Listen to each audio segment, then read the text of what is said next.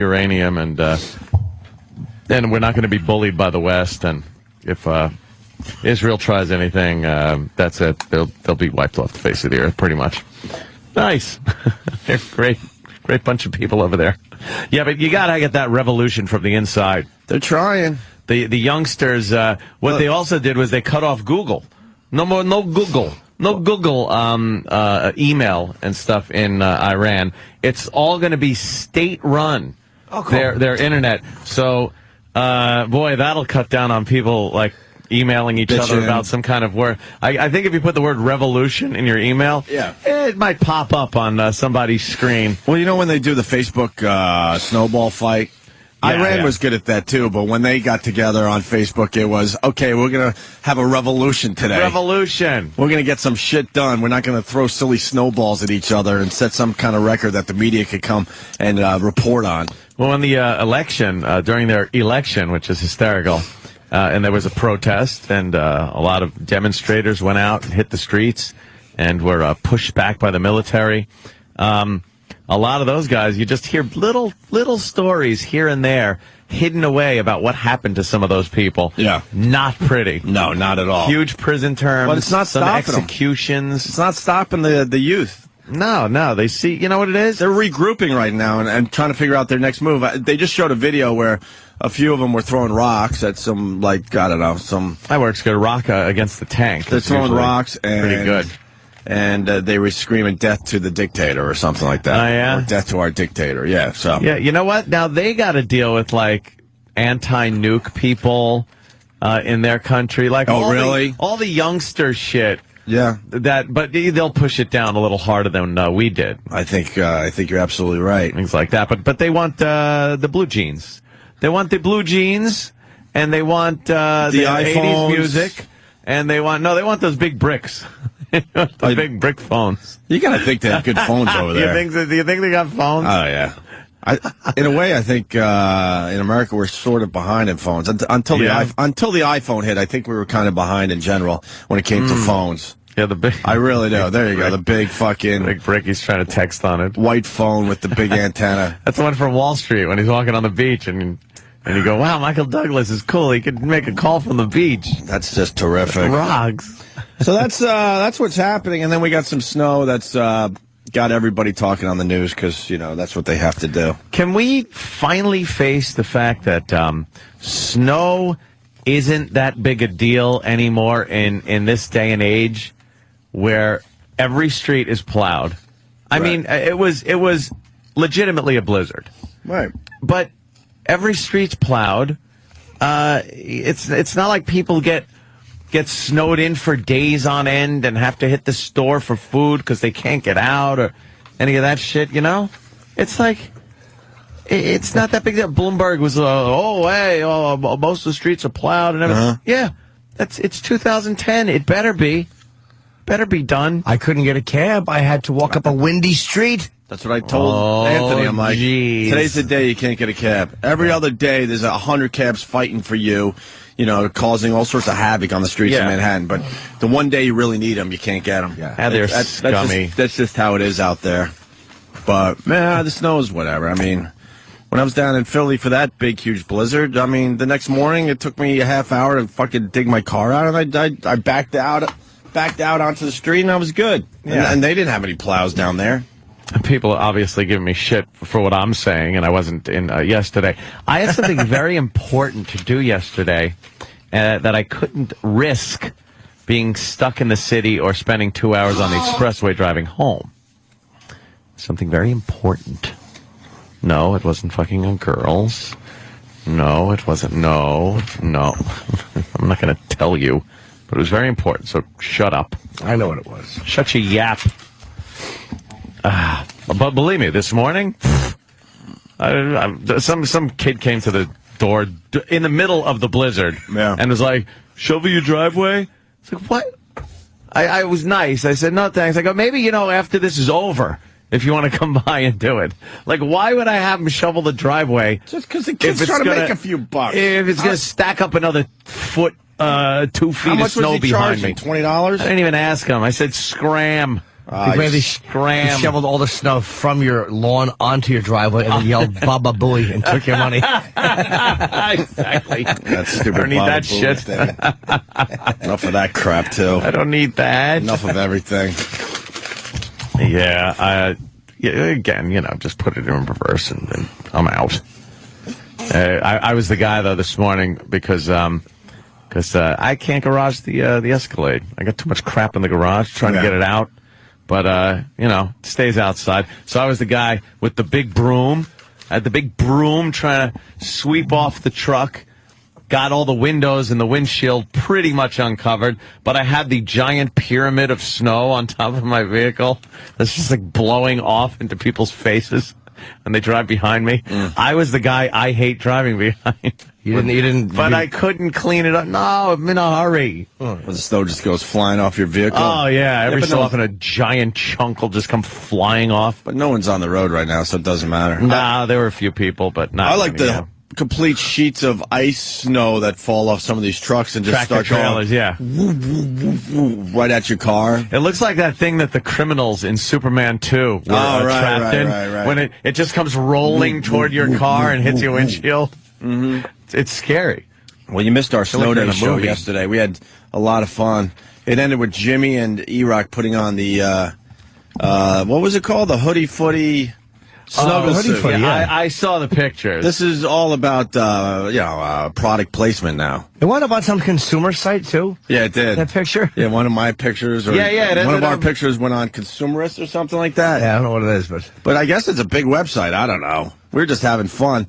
Jimmy put on the fucking pink fucking hoodie footy snuggle suit like a trooper, man. He looked With ridiculous. with his Cialis hard on.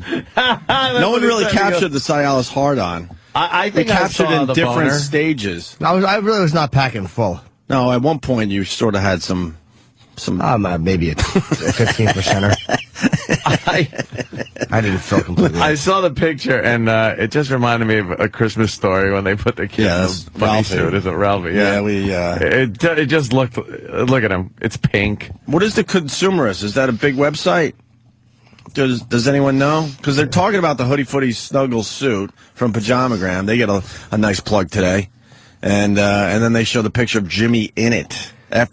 Right below the video of a really hot girl in it. Yeah. I don't look. I don't that's look how fat it's- in it though. I like the way I look there. You kind of look snug in it, Jimmy. Yeah. See, if you look at the video, that's how, the girl's supposed to look like that in it, where there's plenty of room. She's just very comfortable. And you're like bursting at the seams. But you weren't as bad as E-Rock, because then E-Rock put on the hoodie footy snuggle suit. And No, he didn't. Ran around the building yelling, yay, snow day, yay, snow day. What an ass. The videos are up on my YouTube channel, Opie Radio. Jimmy looks like an adult baby in that. I like to be diapered and loved. Diapered. You're saying that's only 15%? You fucking Oh my God! Look creep. at Jimmy. He's That's all almost hugging a full hard That's on. No, it's not. I'll tell you. It's just the way it looks in That in thing looks like if it's ready to pop straight up. I'm telling you, I was If not it wasn't fully. being held back by your pink hoodie footy I had a bunch of- suit. I plumped up a little bit. I really wasn't ready to have a ride. Come on, Jimmy. Why would I lie to you? I would tell you guys in a second. That's I good. wanted a rod in that thing. It would have been great. You know how good a rod would look in that? Very sporting. Yeah, it looks just like the Rolling Stones cover. What the fuck was the name of the fucking Yeah, what was that? album? Where I Mick's forgot. cock was just. It just in his sucks sometimes tight when trousers. all of a sudden you want to reference something and you had no idea you were going to reference it when you woke up this morning. Yeah. What's the fucking Rolling Stone album where Mick Jagger has his fucking cock? It's just a picture of him and his jeans. It's just jeans and cock. That's all you. There you go. That picture. Yeah. What album was it? Sticky Fingers. Yeah, of course it was Sticky Fingers. I should have known that. So you kind of had that look going, but you had a pink jumpsuit on, basically. I had a pink snuggie. All right. Snuggie. My God, though. Yeah, the news all full of the big snow stories. What was our accumulations? When's the next snowstorm coming? And then they got to scare you with that one. It's going to be sunny today, dry. Hopefully we get some of these streets cleared out. But Monday we could be looking at another system coming in. Wow. They got to scare you. I mean, as far as New York City goes, the average snowfall is 14 inches a year. About 14. And we're up to 25 already, so I guess that's a big deal. But I don't feel like it's snowed any more this year than any other year. We've had a couple big storms that have piled up. There were some huge records set in D.C., Baltimore, everywhere, Philly. The best thing I heard, though, is that in D.C. they had to cancel this Senate hearing on global warming because of these giant snowstorms that they couldn't get around in. Dummies. It's ridiculous. Some people would say that's part of the whole global warming thing. Oh, that's what they say, that is messing up the weather system. Global warming's just a term, man. It's fucking the jet stream up. It's bringing it lower down, and we're not getting the warm air, man. Really? Is that what's happening? It's going to cause an ice age in the north and boiling temperatures by the equator. All right, I'll move in the middle, and it'll be great. I'm confused because in the 70s, it looked like we were pumping out a hell of a lot more fucking pollution than we are now. So yeah, exactly. Shut it, hippie. Disgusted with them already. Throw rocks at the police during the fucking conventions and stuff. Enough. Wow, you're so cool. They were just trying to change the world, man. Were they? With our music, man. Yeah. Let's change the world by just fucking in the mud and taking acid. Let's change the world by listening to someone else's music, man. Listen to the words. What is this? Eddie, St. Louis, what's up? Manson listened to the words, too. Yeah, how you doing, guys? I don't know if you watched the game last night between the Canadians and the Washington Capitals, but they had a 14-game win streak going, which was 3 short of the all-time record. Yeah. Got fucked out of an overtime goal. The officiating in the NHL is horrible. Yeah, the fucking Capitals. We're going to talk hockey for a minute, are we? A little hockey? Why not, guys? Hockey. Some hockey. The Washington Capitals are unstoppable this year, and the They're Canadians... going to win the cup, man. I know it. Fuck Pittsburgh. They're going to win it. Oh, sir, I don't know about that. Pittsburgh is, Well, they do have a bad defense. I would liken the Capitals this year to the Colts in 2006. They had a great offense, but no defense. Yeah, but there's some differences there. when you're looking at the opportunities that are converted, Yeah, the Capitals though won 14 games in a row in hockey. That's pretty. In the third period, they're outscoring opponents. 14 in a row is actually pretty incredible. And I didn't see the game. I don't even know. I just know they lost last night. I got it in front of me. But what? They got ripped off? A little? Yeah, absolutely. But what happened was Ovechkin was coming in, and he's a guy who skates at full speed. He's not afraid. He has no fear. Right. That's part of his game. Right. And he got it in, and basically what happened was the puck was going in anyway, but he smashed into the goalie, and they called a penalty on him for goalie interference, and it was bullshit. And also, I could just say... Well, slow down a minute, man. You're talking way too fast. What did the replays show? Basically, I mean, it looked like the puck was going to go in on its own, but he smashed into the guy. So, like I said, it was considered, in my book, 2 separate incidents. It did not influence. Well, did they look at the play? Yeah, absolutely. Oh, they did, and they determined that it was called correctly, I guess, huh? My book. They're full of shit, man. They're horrible. Are you a Capitals fan, even though you live in St. Louis? No, honestly, I love the Blues, but the sad thing is that they never won a cup, so you kind of have to find another team to kind of root for. And Ovechkin's really, I think he's going to be better than Gretzky. He's going to have over 1,000 goals when it's all said and done. He's like Gretzky, but he has the physicality that Gretzky never had. You know, he doesn't need to be protected. Yeah, this guy is a rock star, man, for real. Yeah. I know you guys don't give a shit, and I don't blame you. Mind, could I just say I just don't know much about the hockey. This kid is a rock star. He's unbelievable. Yeah, the whole Iran thing you guys were talking about earlier, I just wanted to say, you know, I'm Jewish. I'm not really a big supporter of Israel, but if Golda Meir was still around, these fucking people wouldn't exist anymore. She had some balls. How can you not be a supporter of Israel if you're Jewish? You mean you don't like them, or you just think they're a little too harsh? Well, see, I'm not saying that, okay, well, maybe I should take that back. I understand the impulse towards Zionism, but I also think that no matter what, yearning for a homeland you have, fucking suicide is not going to accomplish anything but get people killed, you know? I think that the Jews should have just come to the United States, man, you know, after the Holocaust. That's what I think. That's what my grandparents did, and it worked out fine. Do you think that they shouldn't be there? I don't know. It's a tough spot, man. I really don't know. I think that if they believe that that's the right thing, that's what they should do, and I don't want to pass judgment on them, but I think they're horrible people on both sides, and it's just really fucking disgusting, you know? Well, I like to just simplify everything. Eventually, that's going to cause a major problem. Well, I honestly think, you know, I mean, if in the end, I just don't see how it works out. No. I think in the end, it just causes a major problem. if Iran is going to attack Israel, we're going to have to come in and we're going to have to do something. And, honestly, it's just like this. This is a problem that's been simmering for a number of years. And there's been cooperation between Israel and Iran behind the scenes on a lot of diplomatic matters. There's been some good books written on that in the past, and not a lot of people know it. They think that they just unconditionally hate them, and they've worked together. But I honestly think they're fucking insane. They scare the shit out of me. Yeah. Well, I mean, the Israelis don't have, the only thing I'll say about this, the Israelis don't have a religious fanaticism. I mean, they're kind of run more the way the U.S. is. You're not going to have one guy running Israel going, we're going to do this in hopes of a good afterlife. Whenever you start hearing afterlife from someone leading the country, you're like, ugh, that's a problem. Absolutely. Yeah, I agree with that. The guy that got in there now, the Prime Minister, Benjamin Netanyahu, he kind of broke away from the whole, Kadima thing. He's a right-wing Likud boy, but I honestly, he's all talk. I honestly think he's a paper tiger. He's not going to do anything. Unless something drastic happens that Iran starts, I just think Israel doesn't have any balls, man. That's just the way I read a lot of foreign policy shit, and I just think that they're suicidal. So you know a lot of shit. What about the youth of Iran? You think they could eventually get something going for real? Little revolution? Dude, I'm going to tell you something. Fucking young people, they want to have fun. They want to fucking bust a nut. They want to have friends. They don't want to be part of oppressive society. Now, that religious brainwashing and all the bullshit, I don't really see it as any different than communism was or fascism was. It's just bad ideology. People are clean slates pretty much. I think that, honestly, the thing that's going to be the undermining is, like China, for example. They invested all this money in the fiber optic cable. That's going to fuck communism because free speech, man. So I think the same thing in Iran. You can't block it forever. Satellites, all this shit, you can't block it forever. Yeah. Yeah, that's true. That's what happened with the commies there. Yeah. Yeah, and then that was well before the internet. Absolutely. And we're just having television. It's just taking longer. TV. It's just taking longer for some of these other countries. MTV destroyed the Soviet Union. Yeah. What took down the wall? Scorpions. The Scorpions. Yeah, did. the Scorpions. That is the correct answer.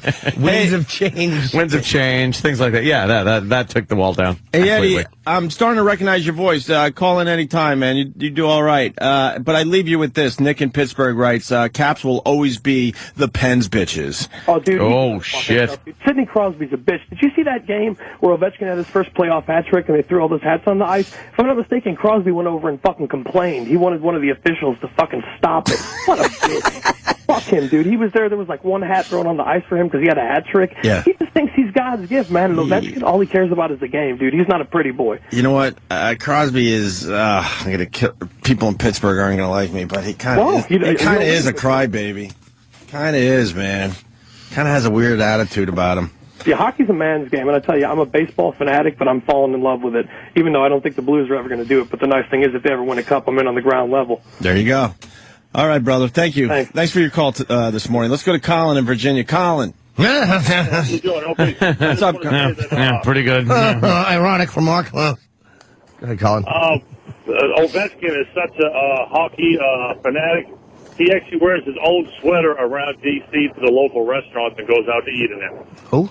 Ovechkin wears his jersey out in public. he's a shit! He's a nutcase. Is he an old player? No, he's a young stud, dude. He's arguably the best player in the league right now. Why would he do that, though? An attention whore. Huh? Why would he do that, though? He's not an attention whore. He's such he loves the Capitals so much. He wants to show his support all the time. That's something. I got a fucking closet full of O&A different types of T-shirts. I never wear them. Maybe if I know I'm going to be in the house the entire time, but the thought of wearing an Opie and Anthony shirt out kind of makes me feel very silly. But you don't love O&A like this guy loves the Capitals. I do. The point. Absolutely, this guy do. loves hockey and loves playing for the Capitals. So then wear a hat. I think sports need more guys like this. I don't think he's faking this whole fucking thing. I think he's just really passionate about hockey and playing for the Capitals, and they got a really good shot of going all the way this year, big time. They could go all the way. And my fucking Islanders are just fucking blowing it, man.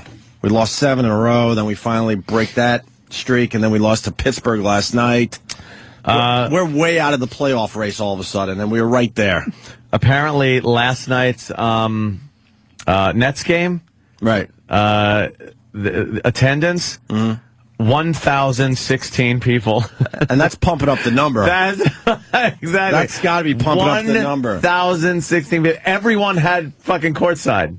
And they even said whoever went to the game, they gave him like a like a certificate to come back to another game for Back to another game. and at 50% off. They're 4-48. 4-48. At this insanity. point, if I was the owner of the Nets, I would just open the doors for every game and go, you know what? It's free for the rest of the year. Mm-hmm. You know, you can't make people, sports fans, pay to see a 4-48 team. You can't do that. They don't want to. Why would you? And that would get everyone talking. You go, you know what? We're opening up our doors. Fuck it. The remainder of our home games is absolutely free. Except, come on in. They would make the money off the vending. You know, you can't like have free food and drinks, but say, you know what? Just come in and enjoy our team, enjoy the arena, have fun. Yeah. And maybe it'll turn a bunch of people onto the sport that would have never gone before. Yep. And it also gives people an opportunity to go that would never be able to afford to see a Nets game. Wow, Danny's got a picture up of the game. A complete empty seats look behind at the him. emptiness. Look at the emptiness. You know, I know a little bit about the NBA these days. I couldn't name one player on the Nets, I don't think, if I had to. I don't think I could do it. Let's go to Dan in Holbrook. Dan. Yeah, what's up, guys? He's saying that Ovechkin's a rock star, but he's doing it while being the ugliest guy in the NHL. Well, I guess you notice what guys look like, Dan, so that's your thing. I know we have a lot of fans that really care about what we look like, which is fucking bizarre to me. I know. Yeah. But I tend to look at the guy as an amazing hockey player. But now that you said that, let's see how ugly he really is. I like a dishy player. I'm not going to lie. I like a guy to be dishy. You like a dishy. You like your sports stars to be dreamy. Certainly and do. Look like models. Yes. Is this guy ugly or what? And now we have to. And now we're going to have to. You're going to have to be a little home. All right, Dan. You know what? I'll give you a little credit because now they're doing split screens with. I think that's Jaws, right? Yeah, that was Jaws from the James Bond movie. The James Bond movie. That big lurch-looking motherfucker. Oh, Robert Keel? Oh, is that Something Robert Keel? Yeah. Mm-hmm. And they have him side by side, like separated at birth, kind of a thing. Who's the ugliest athlete ever, though? We've had some ugly. Who are some of those ugly athletes? That would be a rough one to do today. You know any ugly athletes? Any ugly athletes? Ugly athletes? Any ugly athletes? I don't think Mookie Wilson's in a you couldn't tell man. if he was ugly because, you know. Oh, well. You know, it was really tough to see his features. No, that's true. Oh, my God. Especially if Jimmy was taking a picture with his racist camera. Oh, I know. It's the worst. It needs a new flash because it doesn't like taking pictures of black people. No, it likes the black people. It hates me. It wipes my stupid pale face out of the picture. Yeah, we all got fucked when we took pictures with Roy Jones Jr., man. The hell? Actually, this studio is the worst studio to take pictures in. I don't know what it is. I don't know if it's that fluorescent light or what, but every picture turns out orangey or washed out. It just sucks. Let's say hi to Rob in Jersey. Rob. Hey, guys. Happy birthday, Jimmy. Hey, buddy. Yeah, I was reading Pat Buchanan's article on Human Events Watch just recently. It's linked off Drudge. And what he was saying is that this whole, whatever you want to call it, tempest in a teacup with Iran is actually a democratic attempt to save the election in November. The fact that the media is covering it so much right now, that there's really actually not much going on except that they want to sort of rally around the flag, so to speak, and actually cause a war with Iran so that they can not lose the House. All right. Nothing. No. Just mulling it over. It does seem, both sides have their propaganda that gets out. I don't know. I think if it really does start looking like Iran's going to have a nuclear weapon, Israel's been known to do a little flyover and, ooh, bye-bye. Yeah, we'll see. We'll see what develops today. Thank you, sir. Let's go to Don in Jersey. Don. Hey, morning, boys. How are you? All right, brother. I just want to ask you, Ope, Ovechkin, no question, he's a great guy, but, why doesn't Brodeur get credit for having every record in the Fuck book? Brodeur! Whoa, damn. Please. It's tough to say that, really. He's amazing. Brodeur is He wins amazing. everything, man. I know he wins everything. I know he does. But how? I'll become a Devils fan when the Islanders move to Kansas City. I'll promise you that one. But until then, I can't like the Devils. I'm sorry. Fair enough. And when are you guys gonna get people to go to the games? You got a nice little arena over there. I know it's a scary fucking area, but, they rope you in so you can walk right to the arena without getting mugged. Well, hell, man, they're doing better than the Nets. True. Yeah, but you got a pretty good team. You guys are doing all right, and you still got Brodeur happening, and you still can't get sellouts. Yeah, that's true. Yeah. At least it's not like the Rangers where they sell out every night, but nobody shows up. Yeah. What's that about? I can never be a Rangers fan because it's a bunch of guys in suits that go to these games. They go to the Knicks games, too. I haven't been to a Knicks game in a while. They're all in their suits from Wall Street or wherever, and they're on their phones constantly, and they're not even real sports fans. They just want to be seen at the games, if they even go, like this guy said. Yeah. All of a sudden they'll go, oh, another sellout for the Rangers, and you'll look around, because I've been there for like the Islanders Rangers games. You look around and like half this place is empty. How can you say this is a sellout? But he's right. Because, It's all corporate money, man. it's all corporate seats. And is that it? so technically it's Tickets a go to sellout, waste. but people aren't in the seats. So, thank you, sir. All right, boys, have a good one. All right, let's go to Corey in Rochester. Corey. Yeah, ugliest athlete ever, Willie McGee, St. Louis Cardinals. You don't think we could beat that today? What do you think? We're rookies? Whoa, that's pretty rough. Nixon was always pretty bad, too. Willie McGee. God damn, it's Snoop Dogg in a St. Louis Cardinals hat. Oh, my God. It really does look like. You know what? Or JJ. Game on. He's a damn good hitter, though, but, man, he was just goofy as hell. Game on. We're going to find someone worse. Danny has put in ugly athlete into Google, so now who's that guy? Who is he? Don Mosey. Don Mosey played for the Athletics. The card looks like it has to be late 60s. Mossi. Wow. Don Mosey. And that looks like Photoshop. That looks like they stretched. They used the stretch tool and He's probably like 27 years old in that picture, too. It looks like one of those if they mated things. Yeah. I just don't know who it would Wow, is he a wreck? Someone's killing me. They're saying Mike Bossy, the Islander great. Bossy, really? They're killing me with this Mike Bossy as the ugliest athlete. Dennis Rodman, worse than Willie McGee? Thumbs up, down, anybody? No, he's not that ugly. He's just, All right, let's go to Mike in Green Bay. Mike? Hey, ugly athletes. The big, ugly fucking unit. The big unit? Yeah, the big unit. yeah, Randy Johnson's kind of homely. They ain't Yeah. pretty either. Yeah, we're looking for something over the top, though. And I think the more famous you are, you don't look as ugly for some reason. I don't know what that's about. But if you're really famous, then the person doesn't look as ugly. Is that it? I don't know. The fame takes away some of the Oh, yeah. yuckiness. Oh, yeah. And I got some examples, but I'll get in trouble, so I'll just shut my fucking mouth. Sam Cassell? Sam Cassell was pretty damn ugly. Sam Cassell, is this a dumb bit? Rusty Kuntz is not ugly, but he has a great name. That's Kevin from Connecticut. I want one that just shuts this fucking game down. Yeah. Brian, Ends the game. Brian in D.C. Hey guys, what's up? Hey, man. Hey, clearly, Evgeny Malkin has Down syndrome. His mouth hangs open. He's just a complete wreck. And it's, how do you spell his name? And I don't know this guy. Who does he play for? He's the Penguins. He's Cindy's. Oh, Malkin. I'm sorry. You're right. I'm sorry. I'm still waking up. And if not him, how about every one of those kids that played in the retard Super Bowl last year? Jesus. No, that doesn't end. I mean, that doesn't shut the game down. down. I'm not going to sit there and go, he's dreamy, but it doesn't shut the game down. We need something that pops up on that screen and just goes, all right. Well, Bob Levy thinks he has it. Bob. Patrick Ewing. Patrick Ewing was rough. Yeah, but he goes into my category. He's so famous that you forget how ugly he is. I'm telling you. It's very hard to judge. But look at those nostrils. Come on. Well, he has traditional features. How about Leon Spinks?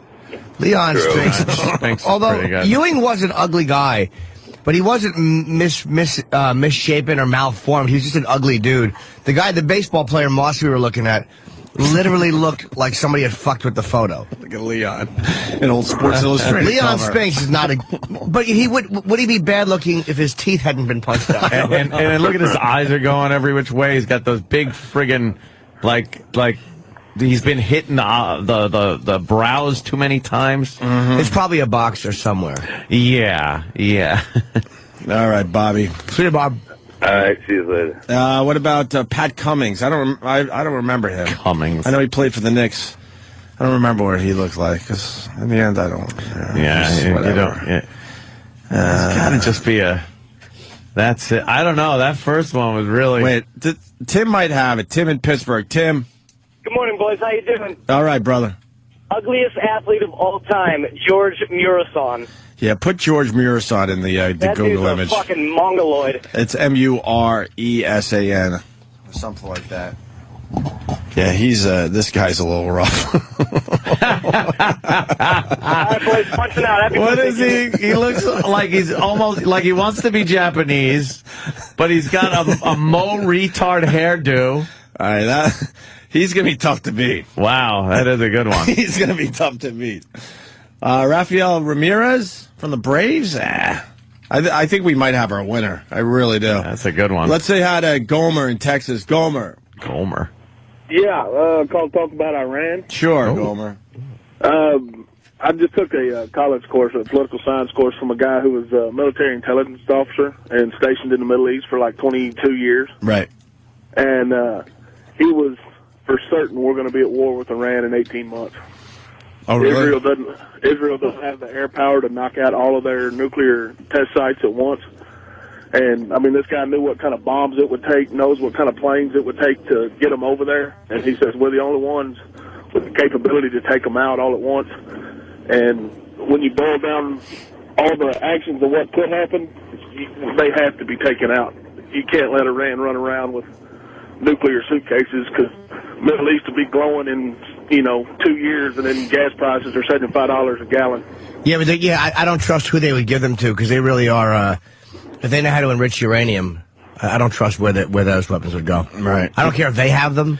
That's true. They could just be making the materials and then send them off to some terrorist or whatever, wherever they want.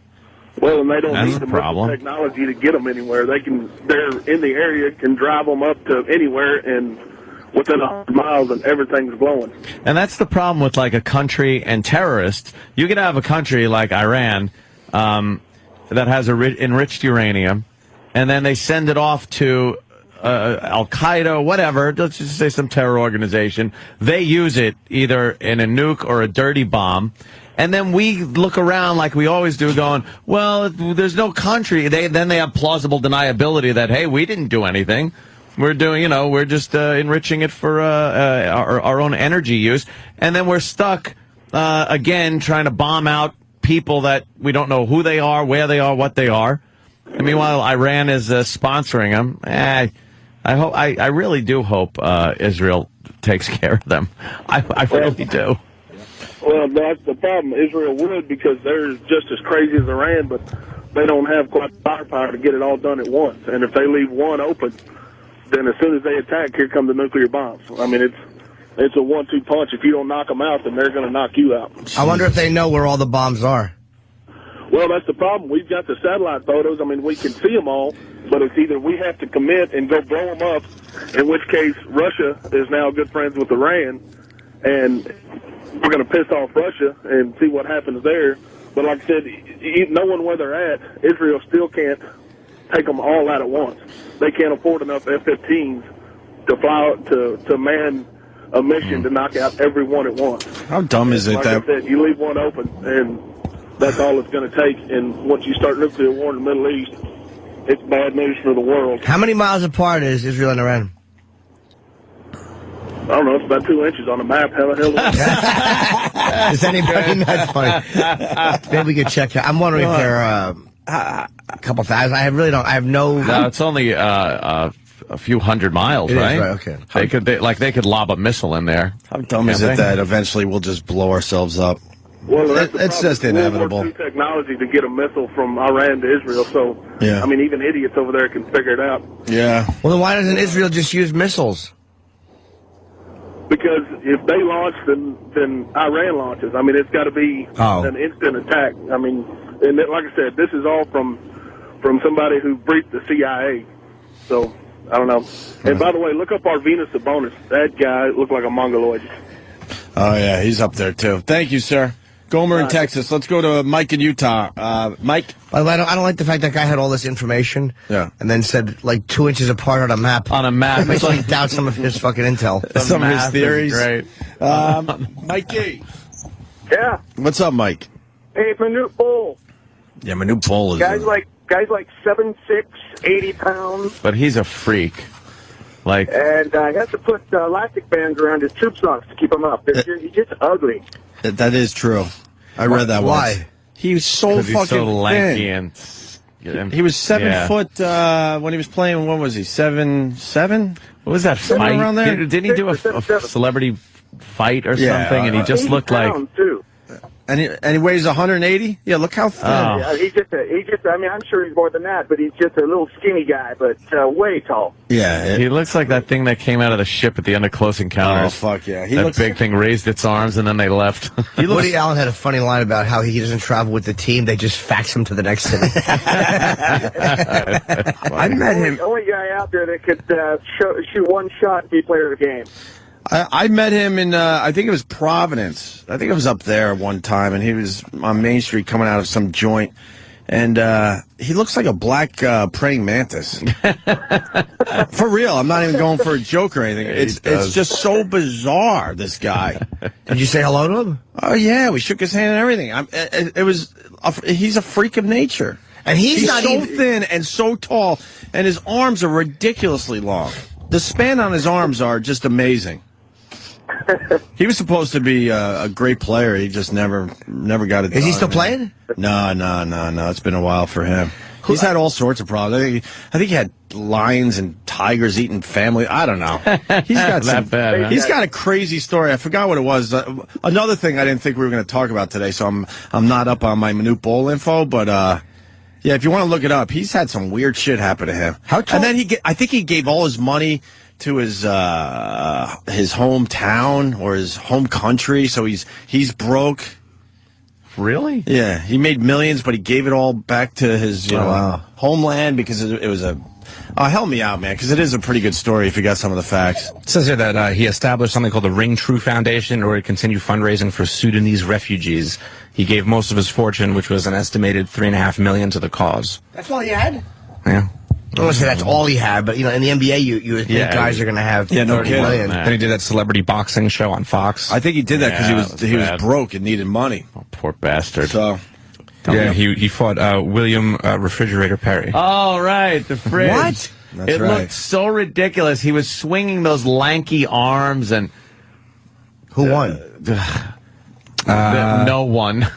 No one. The viewers lost. Everybody lost. Everyone He lost. scored in a that one. third-round victory, so Bol actually won over, over Perry. Well, how is Perry going to hit him in the chin to knock him out? That ain't I'll have to happening. Google that shit on YouTube. All right, why don't we take our first break? Opie and Anthony, and we're just getting started. Stay there.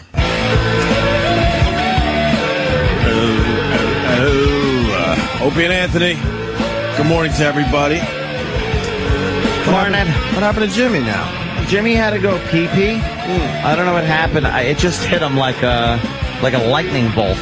He was sitting there, and he went, ooh, and he almost wet his pants. Yeah. Sad day for radio, Anthony. Why? Oh, my God, I hate these sad days for radio. Yeah, if you could turn down the music, because this is a sad day for radio, really. We don't want very serious. any music playing during this? So if we could turn down the music, that would be very nice, yes. Eliminate the music. Yeah. Thank you. We're learning this morning that Mancow got kicked off the radio in Chicago. Very sad day for radio today. Now go home and get your fucking shine box. Yeah. The master. But the good news, he's not really known in Chicago, so, it was one of those smaller markets that he was in that didn't really understand Mancow. He has said so much shit about everybody and us. Oh, yeah, now he's got a satellite radio and... Now he's got to try to go back to Shock Jock Radio.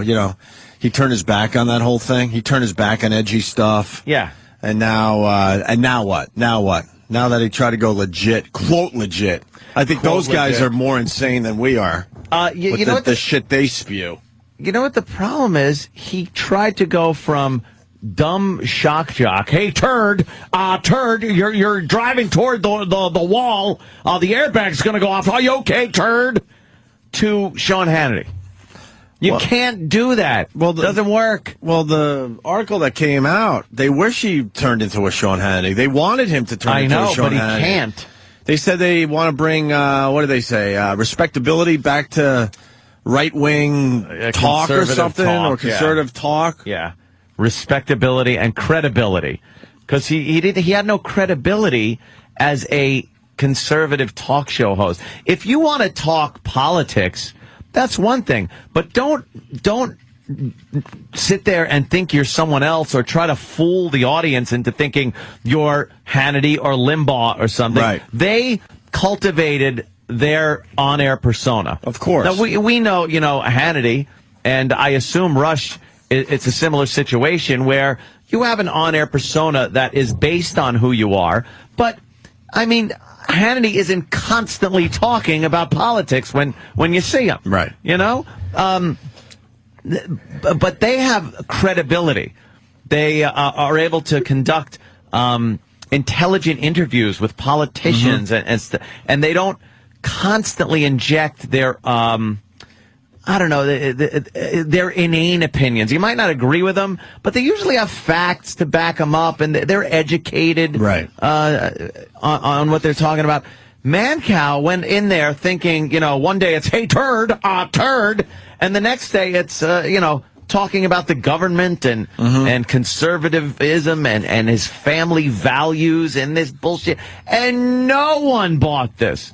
No one bought it. His bosses didn't buy it. No. Having to put out a statement saying, we want credibility to return to conservative talk. That says he's not a credible guy. He sucked. So, back to fucking getting a haircut on a bridge, you cunt. Fucking hate that guy. Fuck him. He really is a douchebag. Fuck him. Back to making your stupid insurance commercials. Oh, how embarrassing. Do you have insurance on this car? No. And then a big eagle. What's that? It's Eagle Woman. It's your boss. He's going to shit on your head and tell you to pack your stuff. Look, she's dropping her rates. You can't beat this. Eagle guarantees the lowest auto rates in Illinois. How bad do you want to be on Look TV? at those low rates. Oh, how bad do you need to be on TV? Yuck.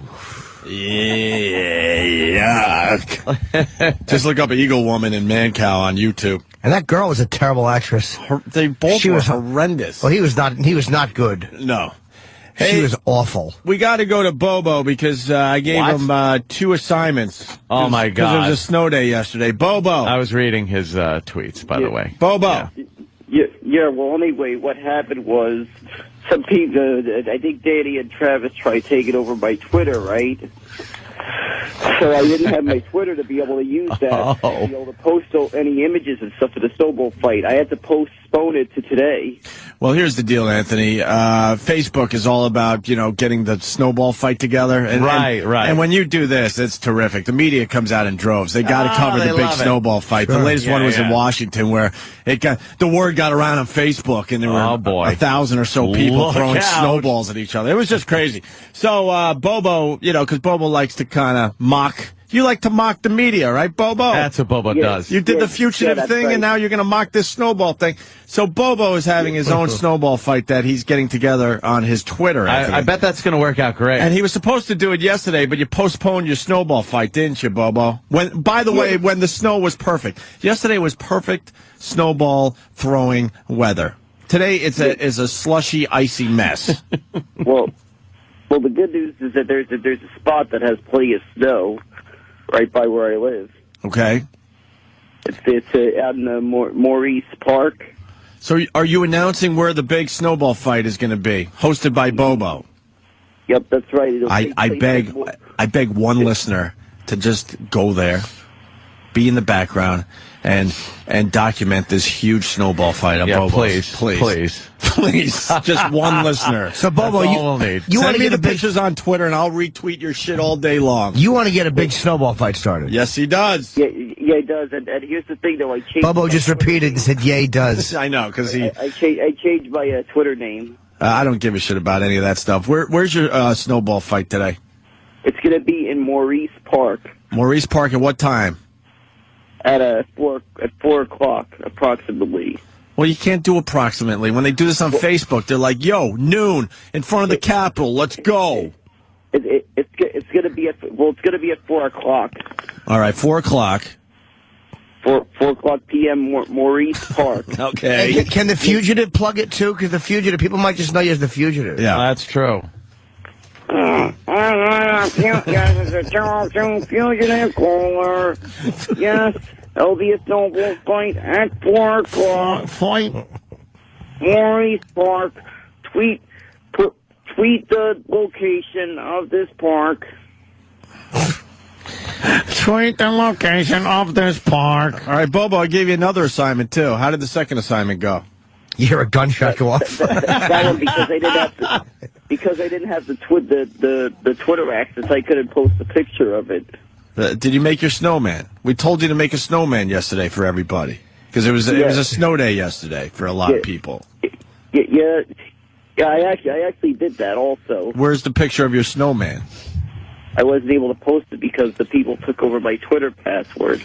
They did? Do you have a Twitter now that you can post this picture on?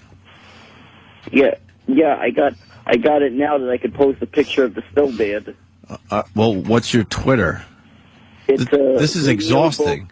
It's Radio Bobo 202. Oh God, Radio Bobo 202. What about the people that listen on 197? Well, they'll know also 197. I just got used to. I haven't quite got used to say the 197 part. Right. Okay. But anyway, the radio and Bobo, those two words are capitals. Why are you? Oh my God. Why are you still giving out your password to people? No, that's not my password. No, but why do you give it out? Why do you make it so easy for people to take over your Twitter account? Danny and Travis were trying to threatening me to get my password out of me. So you just gave it up? Yeah, I figured I'll change it. For the record, can I just say that, first of all, that's not exactly how it went down at all. We had a bet, me and Travis, and Travis bet that, I bet Travis that he couldn't get his password for Twitter in under a minute. So Travis was like, all right, well, let's see. So it's like name that tune. I could get it in 45 seconds. I won the bet. Travis still owes me the $1, but Travis did get Bobo's password in 1 minute and 10 seconds. Holy shit, Bobo! And it was basically just, Bobo, give me your password. Bobo, we all know you're stupid, but how stupid are you? Oh, that problem I figured out. Well, we have the answer for that also, because we've asked Bobo about, because he likes to give percentages of himself. Yeah. So Bobo has told us that he's only 25% retarded. You're only 25% retarded? Yeah, maybe a little bit less, maybe 15%. Maybe 15 or 25 is pretty big. He's also told me that he's 25% pre-cum as well. 25% pre-cum. Yeah. Oh God! I like the 15% retarded. That's pretty good, Bobo. You're in that trainable category. Yeah, that's good. Yeah, that's good. That's good.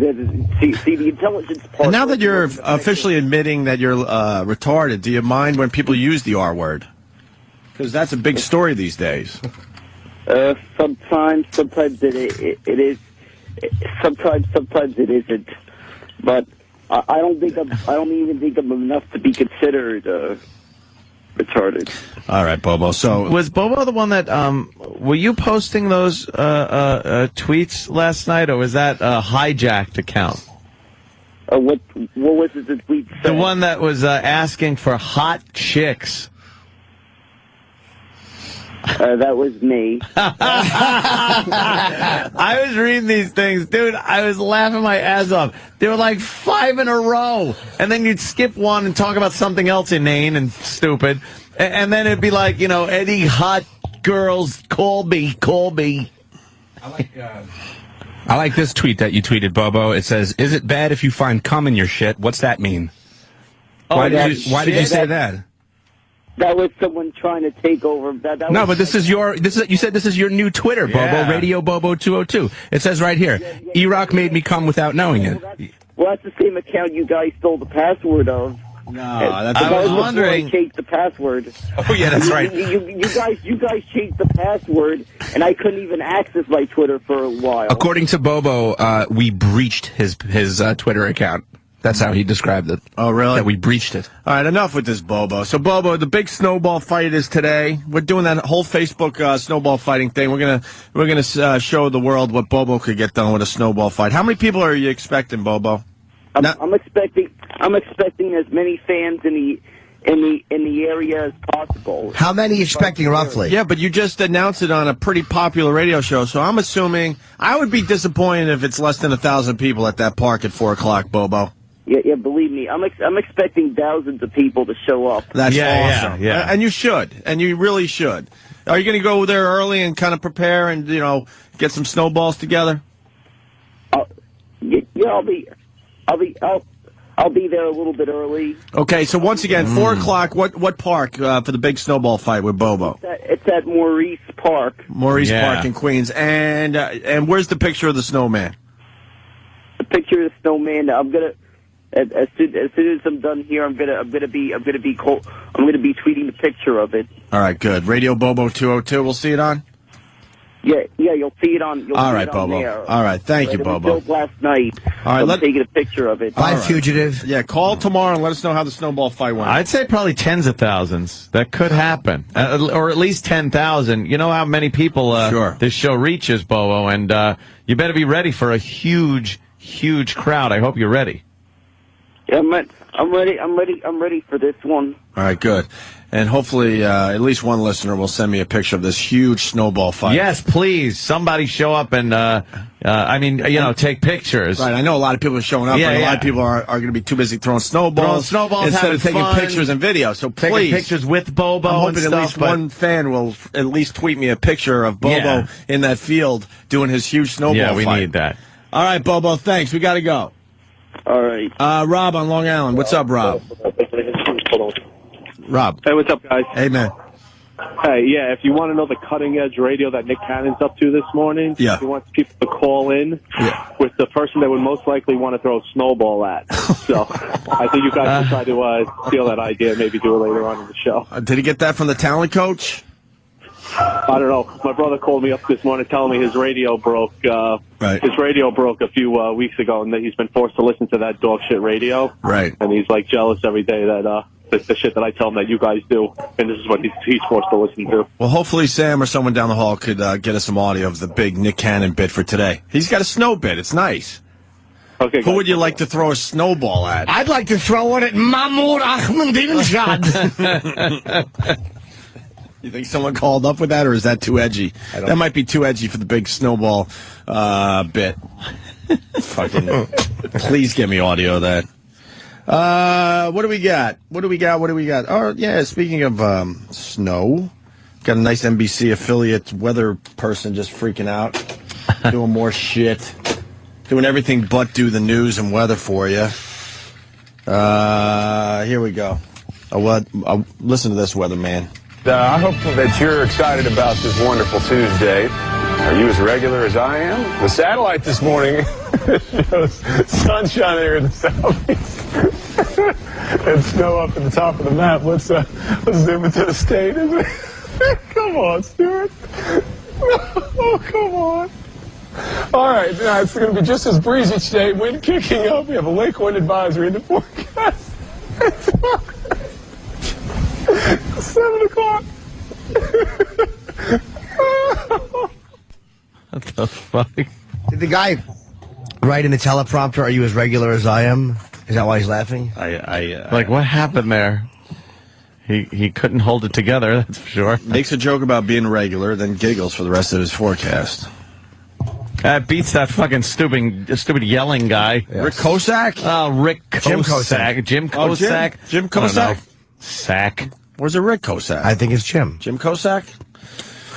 We're supposed to get him on, actually. By the way, I know who I'd like to throw a snowball at. Oh, you got another one, Jimmy? I do. Brad Pitt. Why? Because he completely was miscast in Inglourious Basterds, which I finally saw. Oh, yeah. You didn't like his over-the-top kind of... It was fucking horrendous. He's not a good actor. Dude, I've been saying that for years. Everybody thinks I'm crazy. He's really not a good actor. He was great in Fight Club because that was kind of more his persona, I guess.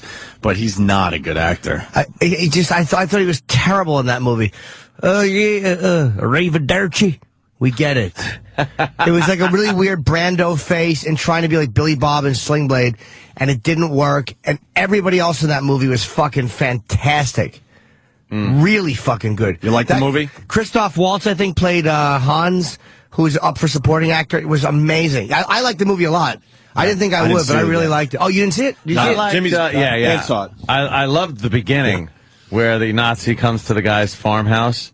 Oh, what tension in that scene, man. That is just fucked up. Every scene had complete tension until Brad Pitt was in it, and the tension was gone. He was not believable at all. Didn't like when he was like, "We're hunting Nazis. We're going hunt." No, I didn't believe his. I didn't believe his viciousness. I didn't believe the vengeance. The guy who played Hans, he played it wonderfully. He was like laughing. He was kind of silly, and yet when he would stone face, you knew that he would shoot a mother and child without batting an eye. Yep. It wasn't overplayed at all. It was it so might not be good. it might not be his fault. I heard he was very angry on the set. Why? Because he wanted to torture the Nazis with Jennifer Aniston's smelly pussy. Yeah, it was the pussy bomb. And Tarantino said no. And surprisingly, it made him angry. he said no. Surprisingly, I'm very amazed. Surprisingly, he said no. Yeah, they wanted to just throw her in, a situation and pull her pants down and watch the Nazis. 999. The Nazis collapse. Yes, he should have been fucking chilling in that. They should have gotten an actor like Oldman would have been chilling. You think Oldman would have been good? I know he would have been, and he wasn't. He was not chilling at all. He was just a really big name for. There's one scene with a guy they call the Bear Jew, who fucking hits Nazis with a bat, comes out, and there's a Nazi soldier, a major or a captain kneeling.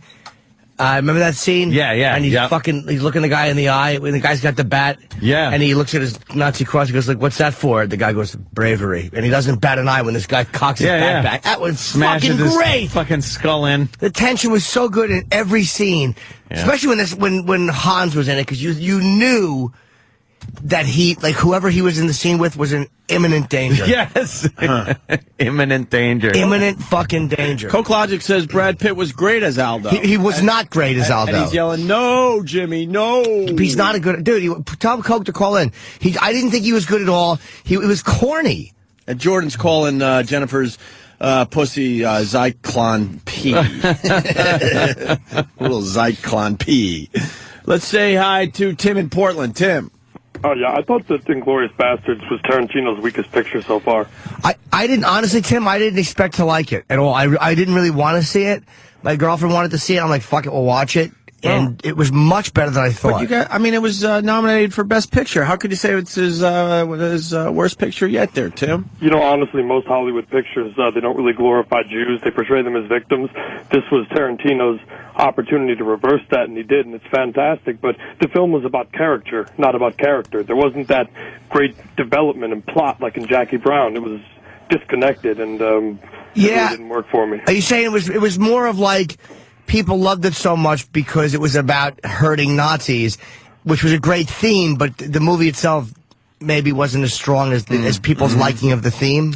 I honestly think that it's about the cult of Tarantino, and he tries to push cinema in different directions, and he knows what a lot of young people want, and he likes the blood and the grindhouse pictures, but I just wanted something a little more serious from him. I don't think anyone questions his prowess, but is he really challenging himself? Is he going for that killer film? Is he trying to make a Kubrick picture or something, some all-time great film? You could thank Brad Pitt for that. As far as I'm concerned, he took me out of every fucking scene that he was in. I didn't believe that because Christoph Waltz, the guy who played Hans, that guy was serious, man. And the acting in that, and the scene in the bar where there's with the German actress and the major sits down, and you're like, is he going to uncover him? Every scene is tense until Brad Pitt sticks his fucking face in there and ruins it. Honestly, there was one thing I don't know if you guys ever noticed, but Tarantino has a major foot fetish that runs through all of his pictures. Yes, you're right. I think he does, too. I mean, even From Dusk Till Dawn, which he just wrote and starred in, I think he's sucking Selma Hayek's toes, and then all the shots of feet in Pulp Fiction, and what was the one with Kurt Russell? I don't recall. That was the Grindhouse one? Yeah, Death Proof. And Death Proof, I just think it's funny because I can't remember, aside from maybe Hitchcock, who had a blonde fetish, or maybe Romer, who was a French director who just passed away, who made all these sex movies, well, not sex movies, but movies about sex and relationships, that any other directors had a fetish projected onto cinema like that. It's entertaining. Yeah. With this Brad Pitt, just to be fair, I mean, he was good in 12 Monkeys. He was good. Yeah, but he was good in Seven. And I loved him in Snatch, but then he's horrible in these other movies. I haven't seen Inglourious Basterds, so I'll have to take a look at that now to see if Brad takes me on the movie. I wasn't. I wasn't feeling his character. I thought it was awful, especially as much as the other ones. Yeah, and it was almost like I got what he was doing if the entire movie was like a Pulp Fiction or like. I don't mean the movie Pulp Fiction, but I mean like that type, if it was like a parody or something, but all those other people were very serious and fucking completely believable and completely... Yeah. The one guy, there's a farmhouse scene where the guy is talking to Christoph Waltz, and the guy is talking and he has to confess something and he just starts crying. Oh my God, yeah, He's that was a good tearing. one. He just tears coming down. It's like, that guy was so fucking intense. That whole scene was... like a great way to open that movie. Every moment of that scene, you're like, somebody is about to get murdered. Yeah, this is not going to end well. Tarantino really knows how to cast those parts, but it's just like I said, I just wish that he tried to stretch himself in a different direction. And honestly, I mean, I don't want to attack it on this kind of logical level, because obviously they kill Hitler and that never happened. But I just didn't buy the whole premise. I mean, I just thought it was kind of gimmicky, and I don't know, it was more of a stylistic exercise, I thought. I mean, so much of the film is just spent with conversations that are just, lead to nothing. It's a lot like Mamet speak, David Mamet, it just goes on and on. I just like to see, I don't know. All right. Well, I mean, it's nominated for Best Picture. And with that... I honestly don't take the Oscars seriously anymore. They fucked it over, man. They're doing it for the ratings. I don't think that fucking 8 of these pictures deserve to be nominated. All right, slow down, Tim. I don't necessarily disagree with you, but what films would you put in there? Honestly, I think the way that they have it set up now is really fucked up. Most of the films that I consider, candidates for Best Picture are foreign films. I don't think we should have the language restriction anymore. What? Pretty much. What's this? Inglourious Basterds is pretty much a foreign film. I know, right? It really was a lot of subtitling, a lot of reading. I didn't mind that though. The best movies are in the artsy theaters. I'm telling you. Oh, absolutely. I'm telling you. And they never get any marketing or promotion. And you go, why the fuck isn't this in the regular theaters? Because the masses don't want to sit through a good film. Well, Downfall a well-made was all film. Subtitled. And that was fantastic. Exactly. I didn't like the guy who played Hitler in this movie, even though his acting was great. The guy who played Hitler in Inglourious Basterds. It's tough to play Hitler, though, right? But, he's such a famous guy. I mean, there's so many impressions of him. Yeah. Just these impressions. Yeah, you'd think it was the real genocide committer. But this guy his acting was good, but he didn't look enough like him. After seeing Downfall, that guy's portrayal of Hitler was so... His name was Bruno Ganz. Yeah. God, why didn't Tarantino just get him? I mean, Bruno Ganz, yeah. There's something funny about him. The movie, that shitty Nicolas Cage movie, where he was the angel who died. Bruno Ganz played the original angel in the German film Wings of Desire. Really? That's fucking hilarious.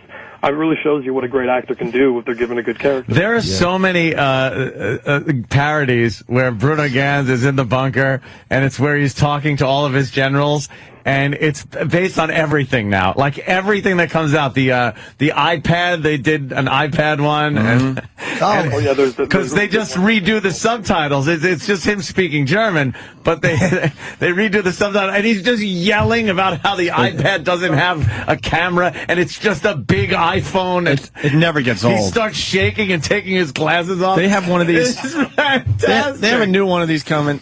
They come out like every 2 weeks or so, and they never get old. Well, you know what? They were getting old, but this iPad one really it brought me back into it again. Anyone who wasn't planning on buying an iPad, please leave. And he's so disgusted. And look, everyone leaves. The iPad. Yeah, if you're not onto this fucking Hitler thing on YouTube, it's classic.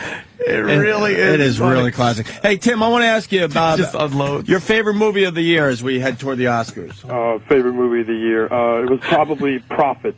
It's a foreign film, and it's about this guy who goes into the prison system and comes out and just becomes this hitman. It was a masterpiece. I really think it should have gotten Best Picture nomination. Is it subtitles? Yes, it is. It's easily, and also there's another great film. Although Anthony might not like it because they were murdering Nazis, but I'm fine with that. Flame and Citron. It was about two Danish Nazi killers, and that was also a masterpiece. It was a fucking bloodbath.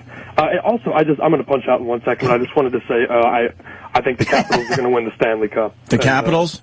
Yeah, honestly, that's. Yeah, they're watching. I'm sorry, man. I think you're right. I don't see anyone beating the Capitals this year if they stay healthy. But honestly, just I don't want to pile on Pittsburgh, but fuck Sidney Crosby. There you go. Thank you, Tim. Bye. Holy shit! All right, let me say hi to Coke Logic. You've never seen these, Jimmy? But the Michael Jackson one was great. This is really fun. Yeah, the iPad one is very solid. I can't even make phone calls. It's just how angry he is. It's a perfect clip because he's so angry in this clip that you can just put anything to it. This is the best portrayal of anybody I've ever seen by an actor. Oh, my God. It's fantastic. Yeah, it doesn't take you out of it. You think you're watching Hitler. Yeah.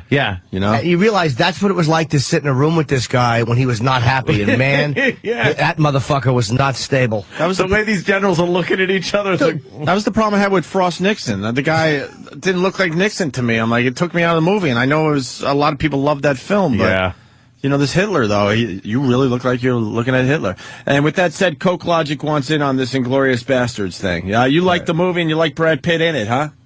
Yeah, I fucking loved it. First, let me say, Hitler downfall clips. Go check out Hitler's Disappointed That U2 breaks up, or not U2, Oasis breaks up. Okay. That one, I love the Michael Jackson one too. I thought was fucking brilliant. Yeah.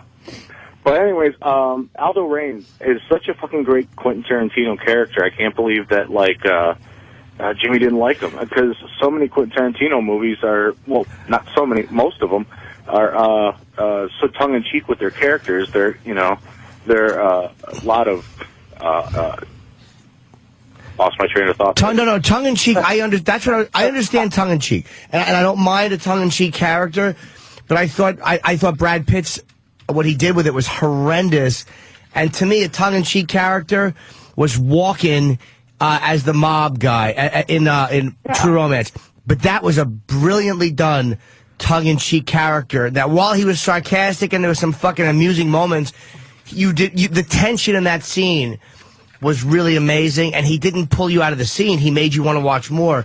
Whereas Pitt, tongue-in-cheek, just ruined it for me. I thought it was horrendous. It was embarrassing. Yeah, it was too much of a character. I think he was going for almost a Dirty Dozen leader kind of a guy. It was corny. Those were pretty corny, and like you said, compared to everybody else being so real in that movie, he kind of came across as a little goofy. That embarrassing... go ahead, Coke.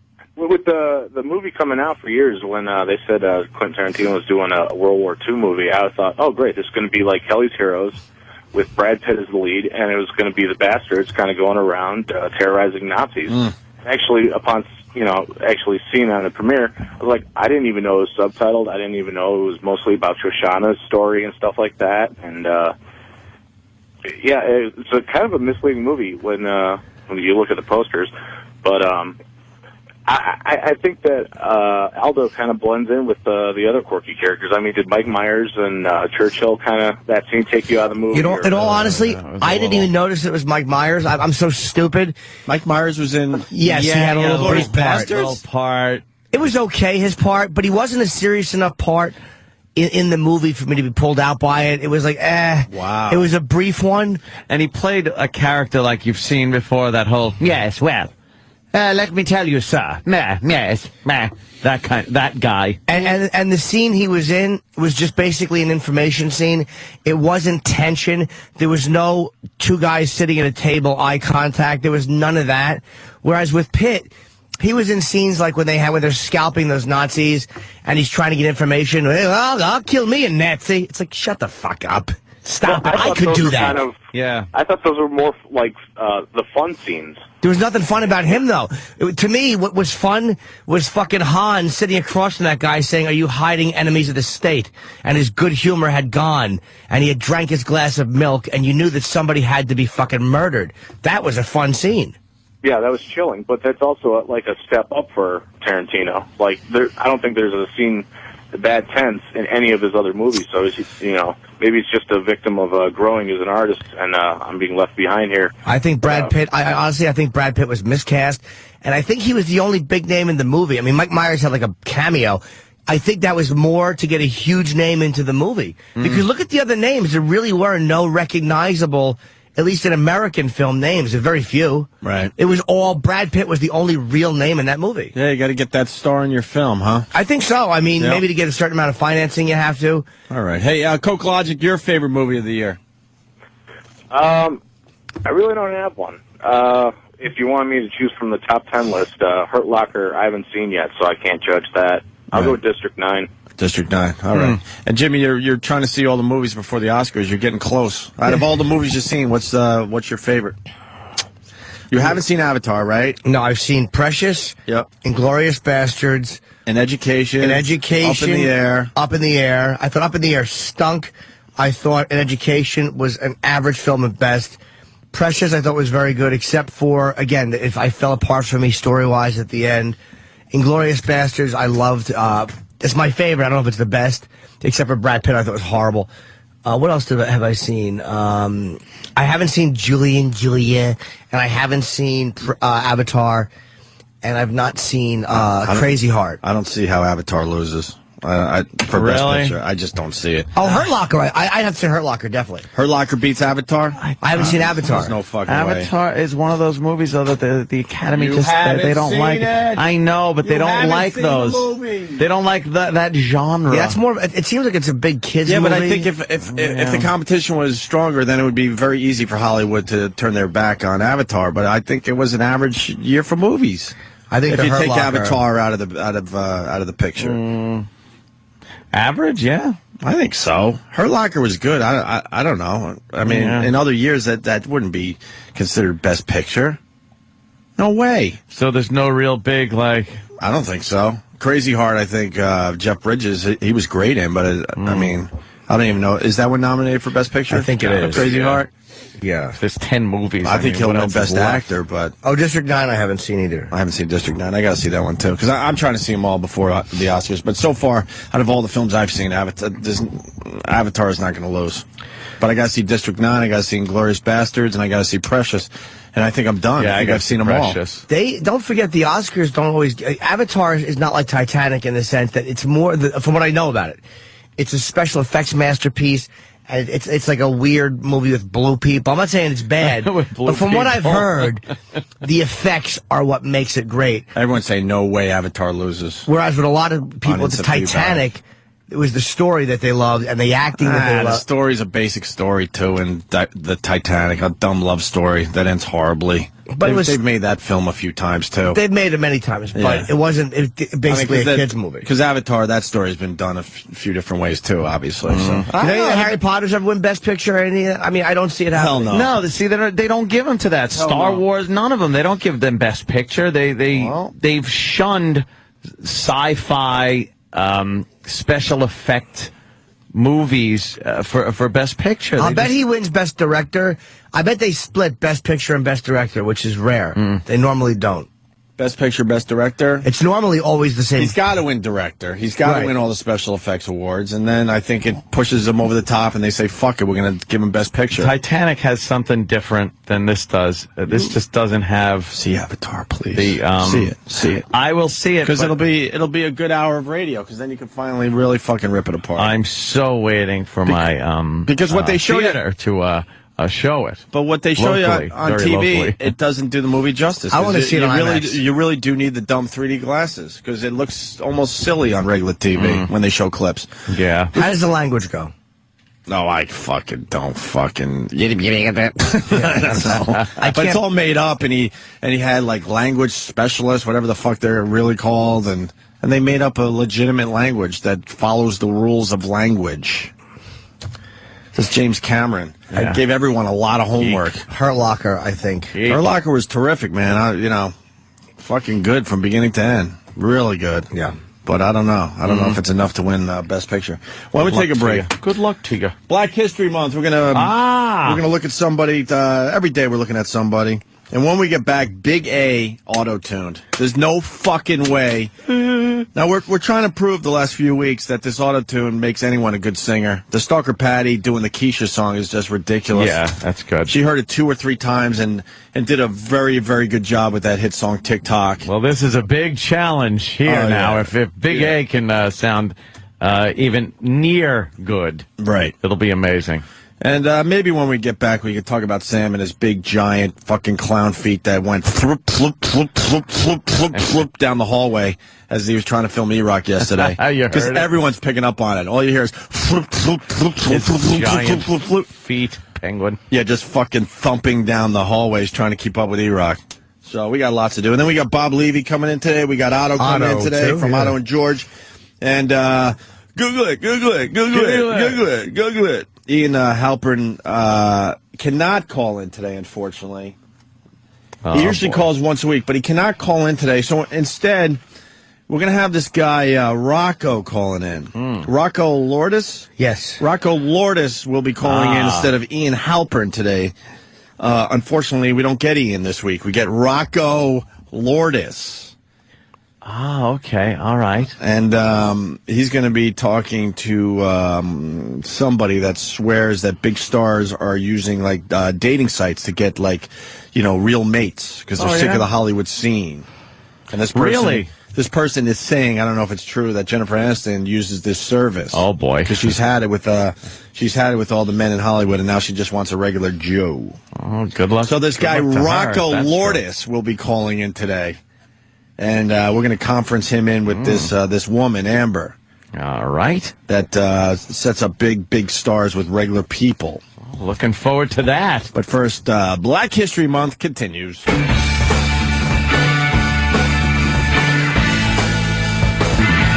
yeah, Little Zeppelin. Getting the lead out. Opie and Anthony. Big A auto tuning. We're going to do that in a couple minutes, but it's funny that this Atlanta Yellow Line story came out today because I went out to dinner with an old college friend, Buzzy. You know Buzzy, and you've met him over the years. He was in town. He lives in Atlanta. He's from the Rochester area originally. We went to school together, blah, blah, blah. We've lived in, I think, 10 different shitholes together over the years. That's how we bonded. I think Brothers we counted. In arms. We went to a steakhouse a couple nights ago, and we were counting, and I think we figured out we were in 10 shitholes together, including living in an attic together without any ventilation, where it snowed on our heads as we tried to sleep at night because there were holes in the roof. That's nice. That was the kerosene heater days, which I'm sure created some kind of brain damage. Anyway, he lives in Atlanta, and he was telling me about their subway system. It's called MARTA, and there's a nickname for it. Oh. Wait a minute. I've heard about that nickname. Didn't someone get in trouble once? Yeah. I'm Metro Atlanta. Wait, let me see. Metro Atlanta Regional Transit Line. Someone says it's moving something, moving something rapidly through Atlanta. You could say Africans. Huh? You could say Africans. You sure could. No. I'm not. You could. We're not going to get in trouble for saying that. This No, it's guy, just- the Buzzy thing in is- Atlanta said this is what people say it stands for. Oh, I know, but we could say that because he's. What do they he say was it telling me. stands for? But it's so crazy. Moving Africans rapidly through Atlanta. Oh, okay. And then Buzzy tells me that this Atlanta is so fucking racist, and maybe some people in Atlanta could either defend this or agree with this. But Buzzy says that MARTA conveniently just ends. The subway system just ends where the white neighborhoods are. Oh, really? So they can only go so far, and the subway system actually just ends conveniently right where the good neighborhood the good neighborhoods are. And with that said, now there's problems down there because Atlanta's yellow line has some Asians seeing red. This fucking Atlanta is unbelievable. Hotland is living up to its name this winter as Asian Americans and the city's transit officials debate the decision to rename a train route into the heart of the city's Asian community. It used to be called Doraville, I guess. Now it's called the Yellow Line. Why would they even go down that road? The Yellow Line. Activists say the name shows a lack of sensitivity by MARTA, which changed the line's name on October 1st. MARTA officials plan to meet on Friday with a group of Asian Americans to discuss their concerns about the color-coded system. Why? Why meet? Why not just say no, it's random, that's the end of the discussion? Well, that's why give them why give these asshole special interest groups a platform? But it's Atlanta. They might hold tough. In New York, they would change this in a second. Oh, yeah. In a second, they would go, okay. Some advocates say the city should spend some advocates, say the city should spend an as yet undetermined amount of taxpayer money to change the color to, wait for it, gold. Why gold? Why? Gold is like, ooh. What if some Jewish people live along that line? Very good. Didn't we use the Asians to get our gold? For the famous gold rush out there back in the day and build the railroads. That might be insulting to some people. Yes. Our thought is, why don't you change it to gold? It's really more of a why not question. Why not change it, said Helen Kim, Director of Advocacy and Education at the nonprofit Penn Asian Center for... I'll tell you why, because they don't have any signs that read G-O-R-D. Oh, my God. You know what? Bravo, sir. Get it? An Asian joke. Sorry, Asians. Didn't mean to include you. Sorry. God. Holy shit, what a sensitive fucking group now. And the only reason I paused because I had to figure it out in my stupid head. And you know what? In the end, that's a very fine They line. wanted to call it Old Yellow Line. Yes. That's what I knew there was a key. Old Yellow Line. I knew there was a key. He was hiding it under his big pointy hat. Well, this is good news. Transit officials say they're looking forward to an open and constructive dialogue. What a waste of fun. That is bullshit. That just means bullshit. But some critics think the growing controversy is political correctness gone off the rails. Man!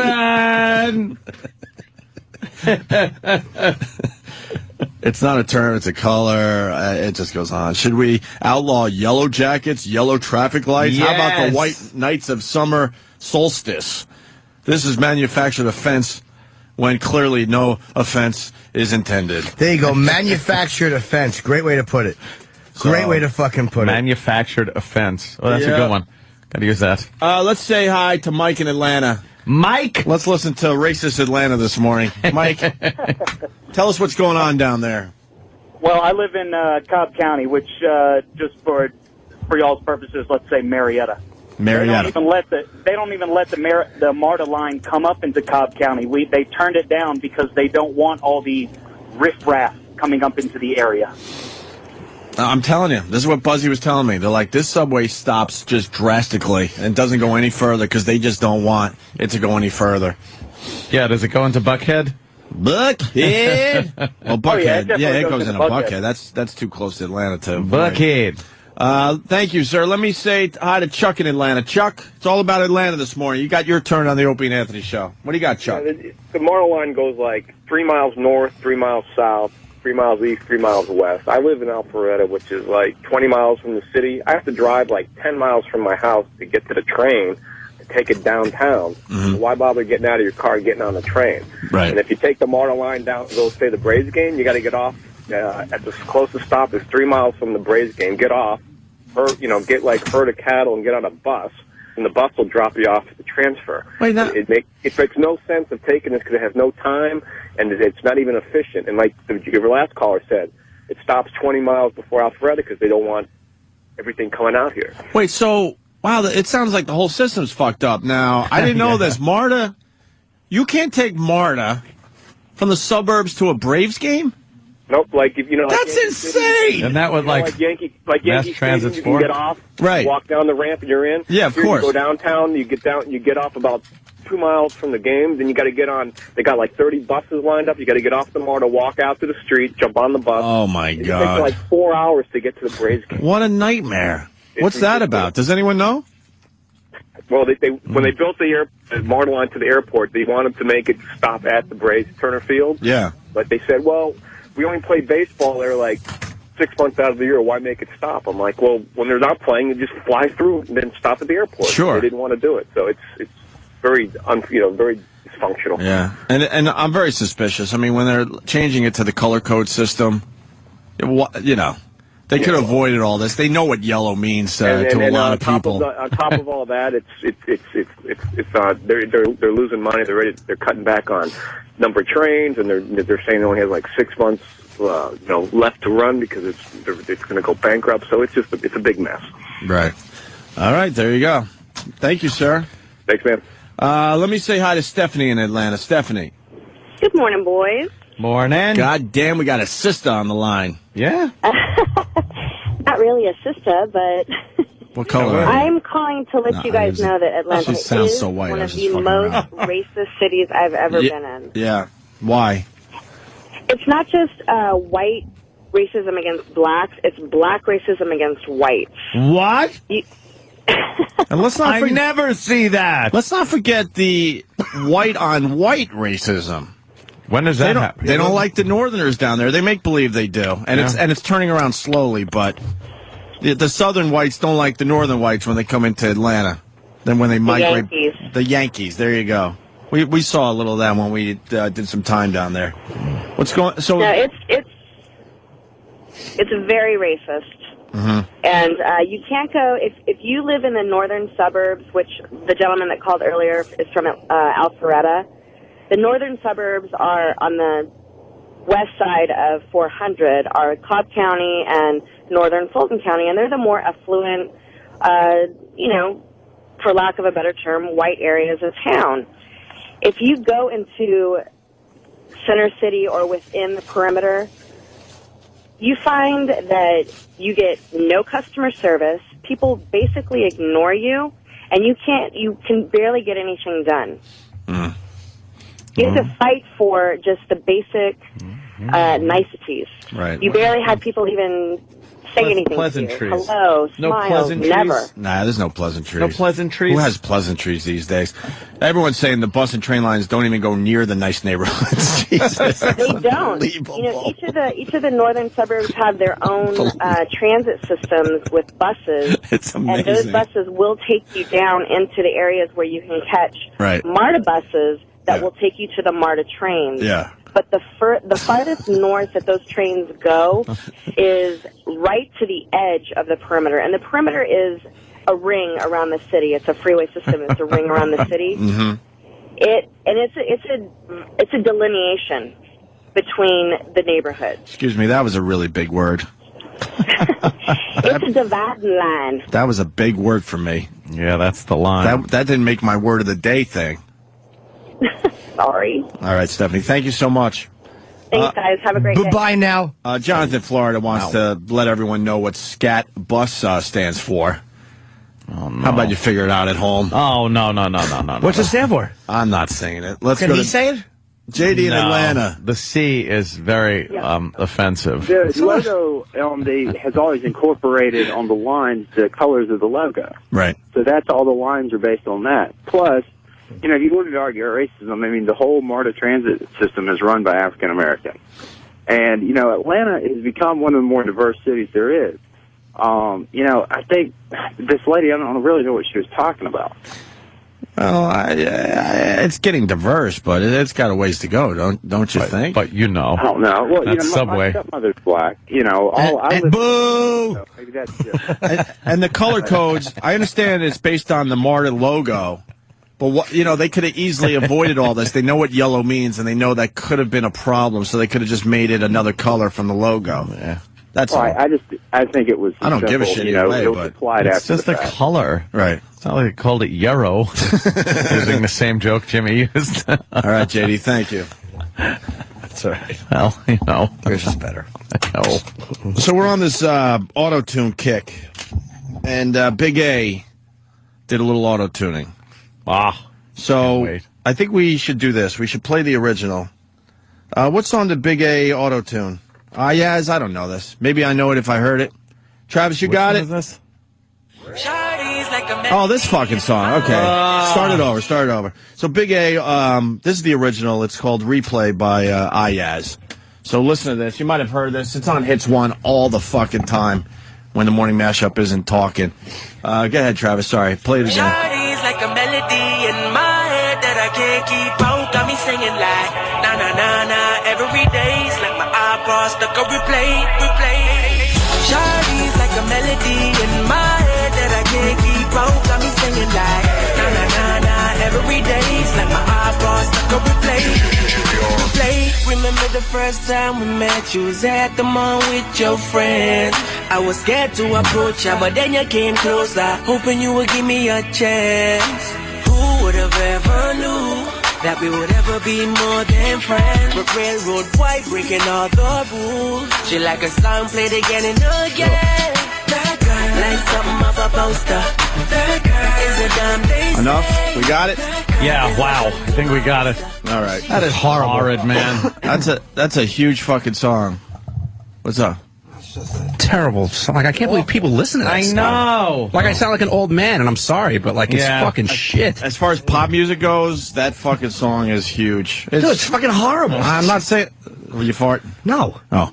Yeah, I mean, yeah, I don't like the fucking thing, but it's being played, like, everywhere. So Big A came in, and there's no way he could sound anything like that, right? No. We all know Big A. Of course not. And he hadn't heard. I emailed him the song before he came, like the day before he came in. Right. So he again had heard the song maybe 3 or 4 times before going in for it. Just 3 or 4 times. Yeah. It goes in. And does he nail it, in your opinion?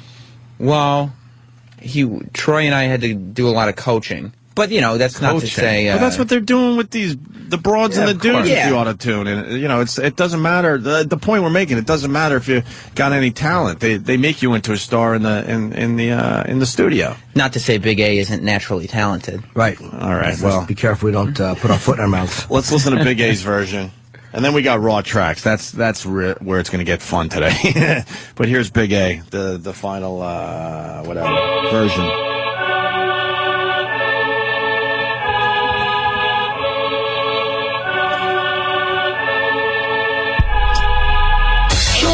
Like a melody in my head that I can't keep up. I'm singing like every day. It's like my iPad stuck on replay. Remember the first time we met? You were at the mall with your friends. I was scared to approach you, then came closer, hoping you would give me a chance. Who would have ever knew that we would never be more than friends? Why break all the rules? Like a song played again and again. Yeah, girl, like something off a poster. Yeah, girl, there's a time they say. Yeah, girl, it's done to my holster. I'm just trying to turn my mind all day. Shorty, it's like a melody in my head that I can't keep out. Got me singing like every day. It's like my iPad track on replay. Shorty, it's like a melody in my head that I can't keep out. Got me singing like every day. It's like my iPad track on replay. All right, a lot of people saying, what the fuck? Because they all know Big A. Can't even fucking can't even fucking say a sentence without stammering his way through it. What the fuck? Well, when we recorded it, the reason we only did one verse is because of the sheer time that had to be put in to put that together. Right. When we recorded it, we had to go literally one line at a time. Not even like one line at a time. But it's showing, it's proving our point. Right. Big A is a disaster with his mouth. And then Troy... And that sounded pretty fucking good. And now you get someone with average singing talent, and you see where they could really make them sound great. Because then Troy had to take it home, because he doesn't have Pro Tools at his desk. Yeah. So he had to take it home and cut it up syllable by syllable. And then he auto-tuned it. It sounded great. Syllable by syllable. Oh, yeah. Blue Healer from Kentucky, they auto-tuned the stutter right the fuck out of Big A. Yep. I don't like it. You don't? I certainly don't. I like Big A to be stammering and filled with shame. No. I like his scalp to be glistening with shame sweat. It took a real long time to get that, though. Oh, yeah. You know, people are just stupefied. They're like, what the fuck? Because they all know Big A. So we got the raw track. Big A sings Replay without being auto-tuned. Right, this is just we took his vocals and then just made a rough cut out of it first. So this is without the tuning. All right, here we go.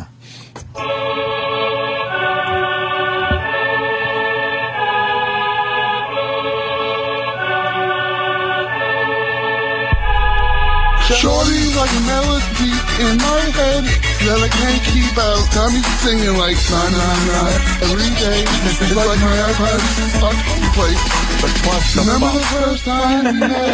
You were at the mall with your friend. I was scared to approach you. Then you came closer, hoping you would give me a chance. We would have ever knew that we would ever be more than friends. We're real close, wide breaking all the rules. Like a song played again and again. Yeah, girl, like something off a poster. Yeah, girl, it's a dime they say. Yeah, girl, you've gone to my holster. She's running through my mind all day. Oh my God. That's the track you guys used to make sound pretty good. Yeah. Wow. And that's the cut up version. Wow. I think that one sounded pretty good. You think you liked it without the auto-tune? I like Big A. I think he's got a melodic voice. That's just me. I just don't know if he has what it takes. And then finally... that is a clusterfuck. Finally, the raw track without the... Yeah, well, this isn't the entire thing, because it was 25 minutes in the studio, but we isolated a nice, 45-second segment for you to see what it was like to record with him. All right. Shorty's like a melody in my head I can't keep out. Got me singing like na na na. This is the good version. So this is... It's like my part stuck on replay. Na na na na every day. Can you do that?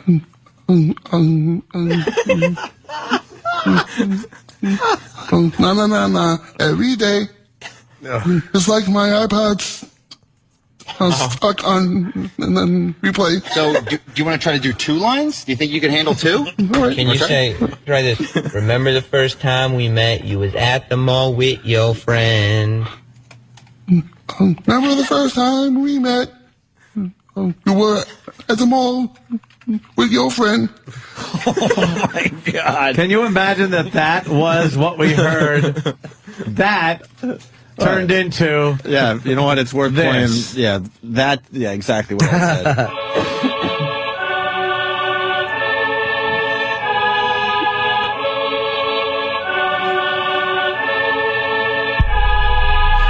Surely it's like a melody in my head that I can't keep out. Got me singing like na na na every day. It's like my iPad stuck on replay.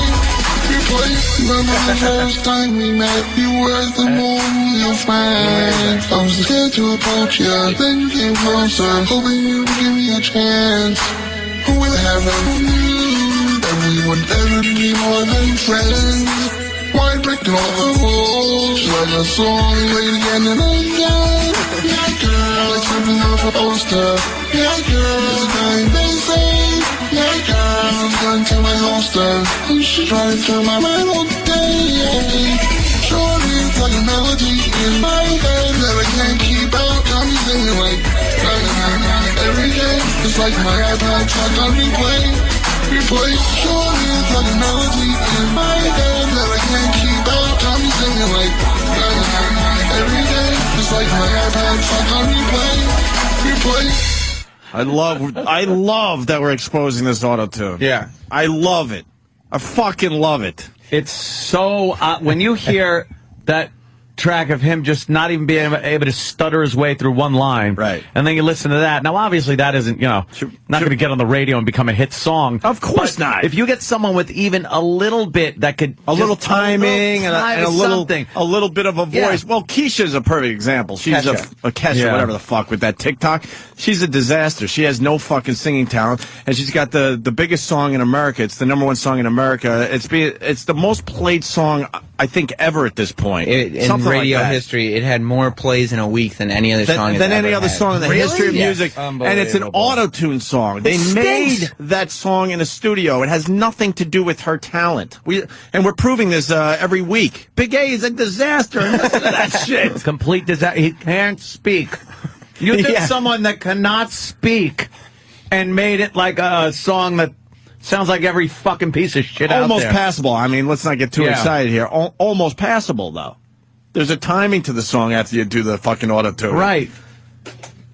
That's pretty amazing. That's the best example yet that we've had. His whole bit is that he can't read the news, and now he's singing hit songs. Well, what else is good about that is Troy was able to work with Big A and turn him into a pop star, but he still can't make anything out of Mustard because he's so difficult to work with. Yeah, of course. All right, there you go. That's our latest auto-tune example. Is it amazing, right? Fantastic. I mean, the fucking music business should be fucking ashamed of themselves. Nah, never. Bunch of fucking douchebags. Well, their idea, they'll say it doesn't matter. The only thing that hurts is live performance. Okay. Yeah, how do they do that live performances, lip synced? What do they do? If you become a fan of one of these bands or one of these songs, you want to see the fucking, that person live. They run you through that software live. Mm-hmm. A lot of times during concerts. I mean, that specific example of auto tuning. That's taking the software that's used, and you're going off the charts with the settings. If you tone that down and use that software for its intended purposes, I mean, it'll just take you. If you're a little flat, it'll bring you up a little bit, and it just keeps everything in line. So you could go see a live concert, like let's say like Leanne Rimes, for example. I'm not saying that she does use it, but hypothetically speaking, she'd go through the whole concert and sound perfect because that software could be keeping her in check the entire time. Yeah, never going off key. Is that good or bad? Are we getting too old? Is that good or bad? Some people say that some performers like to use it as just as a back, just in case, like all of a sudden their voice cracks in the middle of a song. Yeah. The auto-tune will kind of keep it in. Remember when, what was it, Milli Vanilli? I know I'm dating myself. When they got caught for lip syncing? Oh, yeah. And that was a big deal, and they destroyed those guys. They were done, Took the right? Took the Grammy back? They destroyed those guys, and now it's acceptable to lip sync. The Britney Spears, where the fucking, she fucked up, and that audio made it everywhere. Now they're auto-tuning. It doesn't even matter. So now it's like, what's the difference? Yeah, Milli Vanilli was doing what they're doing today, and they crucified the guy. Or the guys, or whatever. Well, the other guy's dead. He hanged himself. Mel Karmazin just walked by. A very rare walkthrough by Mel Karmazin. Maybe he's looking for Big A. That's never good. That's never good. Make a star out of Big A. He kind of looked in. Did he? Kind of. Why couldn't he walk by yesterday when Jimmy was in the big fucking pink hoodie footy? Do you know how awful? Do you know how awful it would have been if I turned around with my bulge and Mel is staring in the window? I had to wave at him in what looks like a bunny rabbit suit. Speaking of which, while we have Sam in here, Sam, everyone's commenting about your That's really none of their business. The boy, Sam, defend yourself. That's not what the video was about. We decided to have E-Rock dressed in the pink fucking hoodie footy snuggle suit and run around yelling, "Yay! It's a snow day." And the focus should have been on E-Rock, but everyone's commenting on your floppy feet. Well, can we go to that video really fast? If people would spend more time focusing on the task at hand and less time on what's going on outside of that, maybe they'd have more success in their own lives. Sam, I have no problem defending you usually, but this is... I can't defend you. Indefensible? Indefensible was the word I was looking for. Very good. Listen to fucking Sam's feet. Well, I was running. Dude, it's horrendous. Hey, E-Rock. Yes. Are you excited? Oh, I am. Look at this Hitler hairdo, Ant. Yeah, look at E-Rock's Hitler hair. XM know it. It's a snow day, Eric. Oh, my God. Go for it. Hi, morning mashup. Go for it, Eric. It's a snow day. Start running. You excited? Eric, Yes. run. Just listen Yay, for Sam's snow day. feet. That's all I care about. Listen for the feet. You'll hear it in a second. Right about here.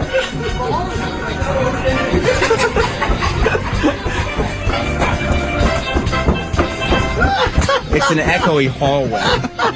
Snow day! It's a snow day! Why do you have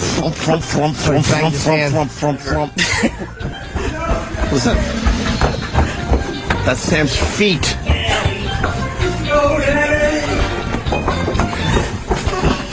Sam, why do you run like that? Who's holding the camera? Michael J. Fox? Well, Sam can't run and film at the same time. Well, what are you supposed to do? It's a little flip cam, and you're running to keep up with Eric. I had no idea what kind of speed he would get. How big are your feet that they go? They're not that big. They're pretty fucking big. What size are those?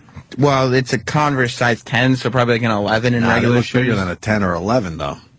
Well, I mean, everybody can have their opinions, but the floor is echoey. I was running hard. I was actually exerting physical labor, whatever, however you want to call it, which is not something that maybe the people who comment on YouTube all day do a lot of. There are those who would say you're a flat-footed ass. There are those. I would disagree with them. Let me say hi to Brian in Virginia. Brian. Good morning, guys. Happy birthday, Jimmy. Hi, Brian. Hey, I was wondering if you guys could go back in time to you had those two retards at the State Fair singing that Dirty Dancing song. Auto-tune that, see how good you guys are. Oh, time of my life. Auto-tune. Is that? You think that's even possible? I don't think it is because the music's in there. Oh, really? And if we Yeah. had the raw track, I guess we could do it. Yeah. That's a good idea. I don't know if we're going to be able to pull it off. People want to know if you were wearing flippers. No, I wasn't wearing flippers. I was wearing sneakers. Flipper? Were you going to go scuba diving? Yeah, scuba diving flippers. You weren't. No. Were you wearing big clown shoes that you were going to wear later on for an appearance as a clown? No, I'm not. First of all, I've never done an appearance as a clown. Why didn't we ever. see your feet in the video? What's going on? Because I was thought that was focusing it. on E-Rock, who was the focus of the video. I think Anthony's onto something. Were you wearing skis? Were you going to go skiing? Maybe that's what you were doing. You had to leave really quick because of the snow. Maybe you were going to go skiing and you were running down the hallway in skis. No, I was taking a train home, so there would have been no need for skis. Well, you didn't have to wear the train tracks. Well, I wasn't wearing train tracks. Maybe my feet are slightly longer than the average foot. Look at there. You You think are. that's it? Is that what you were wearing? No, those Big are flippers. Those are flippers. I wasn't wearing flippers. No. Were you worried about the deep snow? So you had snowshoes. No, it was a snow tennis day. racket. Snowshoes, maybe. I was wearing Chuck Taylor sneakers. Were you? Really? Just It Converse doesn't sound like, All-Stars. boy, it sure doesn't sound like it. Thud. Were you trying to make a Bigfoot hoax? No. And you wore those big feet trying to make footprints? Are we supposed to discover the footprints now and put make a plaster casts of Bigfoot feet? There were no... Your footprints in E-Rock's body? I'll be in the mountains. I'm the abominable producer. I must tell you, Steve looked very busy this morning when I got in here. He looked very busy. I'm the Yeti. I heard he had to set up the phones this morning. Yeah, he was in a panic because Mars isn't here. He had to set up the studio. He was a very busy guy today. The Yeti is in hiding. Yes. I am the Yeti. I think Anthony's onto something. I know they don't pay you much around here, Sam, but Yeah. I'm thinking you're working as a fucking clown. I don't work as a On the clown. side, you had to bring the big shoes. It was at the end of the show, so. Do they explode and confetti comes out of the shoes? I- I no. like that. That's always funny. I don't have a job as a clown. Funny. I think the problem is maybe the floor is hollow, so it produces an echoey sound. Why does it Yeah. produce them but nobody else's feet? Yeah. Nobody else I've run around this runs. joint We all a few run. times. Well, record it. I did record it. Oh. I chased Eastside Dave very recently, and I didn't get an echo like that. Were you trying to help Dr. Jones escape, and you tied wood to your feet so you could reach the pedals? No. Short round? No. No, nothing like that. No? Okay. Brandon from I'm Brooklyn. trying to- Sam Sneakers Figure it equals out. a pair of flounders. Did you tie fish to your feet? Why would I have done that? It wouldn't I have don't helped know. anything. We're just Tie trying to two figure out why flounders to your feet? The big from Just for the halibut? That's Oh, excuse me. No. Hey, you running with a bunch of rocks or something on your shoes? Let's say hi to Tony. Tony, what's going on? Tony. Hey. What's up, buddy? Yeah, well, I live in Atlanta. I had a quick comment about auto-tune. I was a studio musician in the 90s, and I think y'all were kind of mentioning it a minute ago that originally it was just meant to be kind of soft pitch correction. And until someone just cranked it up all the way, no one knew about that effect. And I think Cher did it the first time, and that stupid Cher song. That's a terrible song, too. Yeah, it is. But almost all music nowadays, like that first Britney Spears record, all that's auto-tuned. You just can't tell anymore. Britney, because the engineers are soft on the pitch correction. You know what? Britney has no singing talent whatsoever, and we didn't give a shit as a public because she was so goddamn hot. But she's not that hot anymore. So now it's time for her to go away because she doesn't have the talent to keep her going. Yeah, I'll tell you, I went to the Black Eyed Peas concert here on Thursday. Yeah. And they didn't do any of the auto-tune, but they're pretty much the worst on records with auto-tune, but they just sang, and it sounded great. Look, they know how to put that shit together, but I feel bad for the people that probably have real talent that don't need that auto-tune shit, but it's all about the auto-tune. Someone else is suggesting they should make a category at the Grammys, an auto-tune category. Yeah. Hey, let me tell you a quick thing about Atlanta and the racism? Yellow Line. Yeah. Doraville is 100% Asian. I mean, if you Google Street Viewed Buford Highway in Doraville, you'll see all the signs are in Korean and Vietnamese, and you will not see one sign in English. And the next to last stop at Chambly and Doraville, it's Chambly, and it's called Cambodia. We call it Cambodia here. Of course you do. Everyone's racist. Yeah, Excuse me. so Everybody it's is. It's not really. I'm sure the Asians have names for everybody down there as well. I mean, the fact that the yellow line goes to Cambodia is pretty funny. But if you Google Street View to Buford Highway, you'll see. There's not one single sign in English all the way down. All right, right on, brother. Thank you. Thanks. Someone on Twitter with a great line would love to give you credit, but your name is just a nightmare to try to get on the radio. He writes, Sam runs like the daughter from Taken. Oh, that's what it is. That's right. Did you see a pony at the end of the hallway? Dad! That's what it is. Fucking piece. By the way, the same guy that did that did the new Travolta film. All you Taken fans, terrible. I'm a Taken fan. That's a horrible movie. Patrice is a Taken fan. Patrice is dope. It's a terrible movie, and I'm tired of Patrice liking it. Here's one for the truckers. Did one of your retreads come off? No. Because it kind of sounded like you were running on half a retread. I was running at high speed. High speed? Yes. And the What's floor. Very good news. Very good phone call coming in from Joey on Long Island. Joey? What's up, boys? Hey. Listen, I want to know where Sam parks his Volkswagen Beetle that normally holds 50 clowns, but only could fit him and E-Rock. Okay. Yeah. Where's your clown car? Well, I don't have a clown car, but I appreciate that he made fun of E-Rock on that one. You run like you're landing toes first, heel second. That's what it sounds like. Was it tie oars to your feet day, and we didn't get the memo? No, of course it wasn't. Why would they have that day? I thought, why would your feet sound like that? Because it could have been tie oars to your feet day, and no one else got the memo except you. It has more to do with the structure of the hallway and the speed at which I was running. Yeah. Than anything else. Uh-huh. And the camera just happened to pick up that thwack, thwack, thwack sound. It was more like a thud, I think. A thud? Yeah. I don't No, know. it made kind of a smacking, like when you drop lumber on the floor. Oh. That. My feet are, I guess, thin. Like long and thin feet. Yeah. So that's what it sounds like. Never to be mistaken for E-Rock. No. We despise your wafer-thin tootsies. Yeah, Kevin really. from Connecticut, this is a good fucking reference. Sam runs like Pee-wee saving the pets. And Pee Wee Herman was a hero, so. Was Well, he? he certainly Saved back. all those pets. He's a good follow on Twitter. Pee-wee Herman is, he's back doing it, man. Exactly. Yep. All right, enough about your dumb feet. Yeah. Well, I hope everybody's learned a lesson. We have. Huh? Oh, yeah, now Danny found a picture of that giant rabbit with those giant feet. Well, I'm not a rabbit, so it doesn't apply. Do your feet look like that? No. When you don't have your Converse on? Once again, I'm a human being, not a rabbit. We got to take a break. Bob Levy's here. Thanks for that fucking Big A auto-tune thing, man. Fucking Troy, bravo. It really does just Whoever else helped show out with that. what the fuck is I'm just going on. I'm just amazed that you took that raw track and made it almost sound passable. Unbelievable. Auto-tune sucks a dick. We'll continue with Bob Levy, Otto from Otto and George. And once again, Ian Halperin is going to be calling weekly, but unfortunately he's stuck somewhere. He can't call in today. So we got this guy, Rocco Lourdes, calling in. Rocco Lourdes will be calling in today instead of Ian Halperin. Mm-hmm. So stay tuned for that as well. It should be pretty good. Opie and Anthony. Moving right along. The Opie and Anthony Show. So we got this Rocco guy calling in. Is this Rocco? Let me say hi to Rocco. Rocco. Yeah, good morning, everybody. Thank you so much. I'm glad. You know, I'm a very shy guy, and I really need your help to get me the right woman, and I feel I could do it with your help. Thank you so much. No problem, Rocco. So we're going to have you on the phone with an agency that helps, match people up?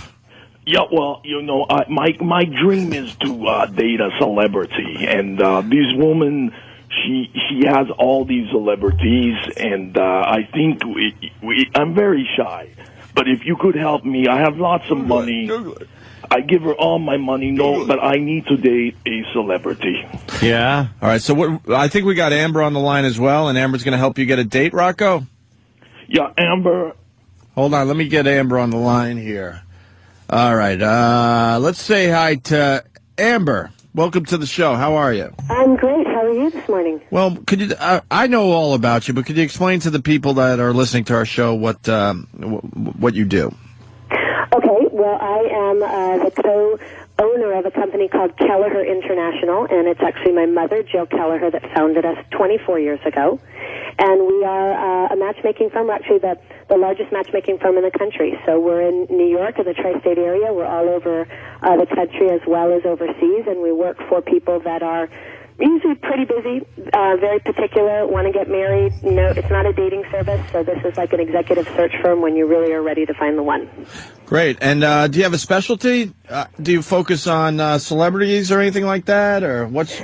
Well, we've been working with celebrities for a long time. My background's in the film and entertainment business, so when I opened up our Los Angeles office in the 90s, I was already working with a lot of people in the business. So celebrities and also people in the industry, the entertainment business, so they might be a producer, maybe not, well, of course, A-list actors, we're known for that, but we also work with the biggest producers in film and in music and in tech and all of that, so they're celebrities in their own fields.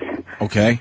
Well, with that said, we got Rocco on the line. Rocco? Hi, Rocco. Wait, Amber, you know Rocco? I've spoken to him before, yes. Yes. Rocco? Yeah, Amber, nice. Thank you so much. Look, I have money. You know, I own a trash company in the New York area. I have lots of money. I'm very shy. I want to meet somebody who is maybe famous. I heard maybe you have, like, Denise Richards. Is Denise Richards with you? Well, Rocco, you know, I'm definitely not going to be able to reveal who my clients are, but we do have Hollywood stars. And are you in the sanitation business, I like to say, rather than the trash business? I actually have a couple clients in the sanitation business, so I know it's quite a lucrative industry you're in there.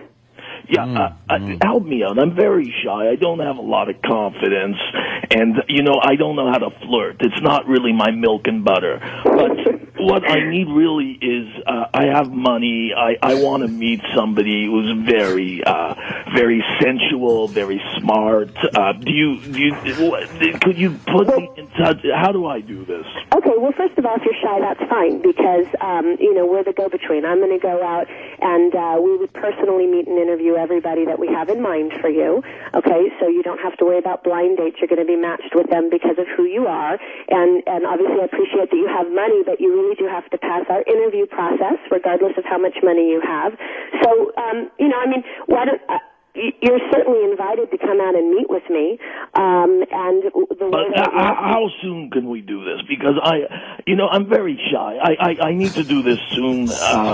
When could we meet, and how soon will I go out on the dates? Well, as soon as you want to fly out and meet with me, I'd be more than happy to sit down. It takes about an hour or two. I need to know who you are, and of course we talk about who who it is that you're looking for, whether it's an A-list celebrity. It really depends on if it's a match, Rocco, because obviously if somebody that I have, they have to be equally as interested in you, because it is matchmaking. So as soon as you come out, I'm not going to reveal who my clients are, but if you pass my interview But process, give me a I'd be more couple than of happy names. to Give me a couple of names, because I want to meet with you on Friday, and I want to go out next week. But give me a couple of names, please.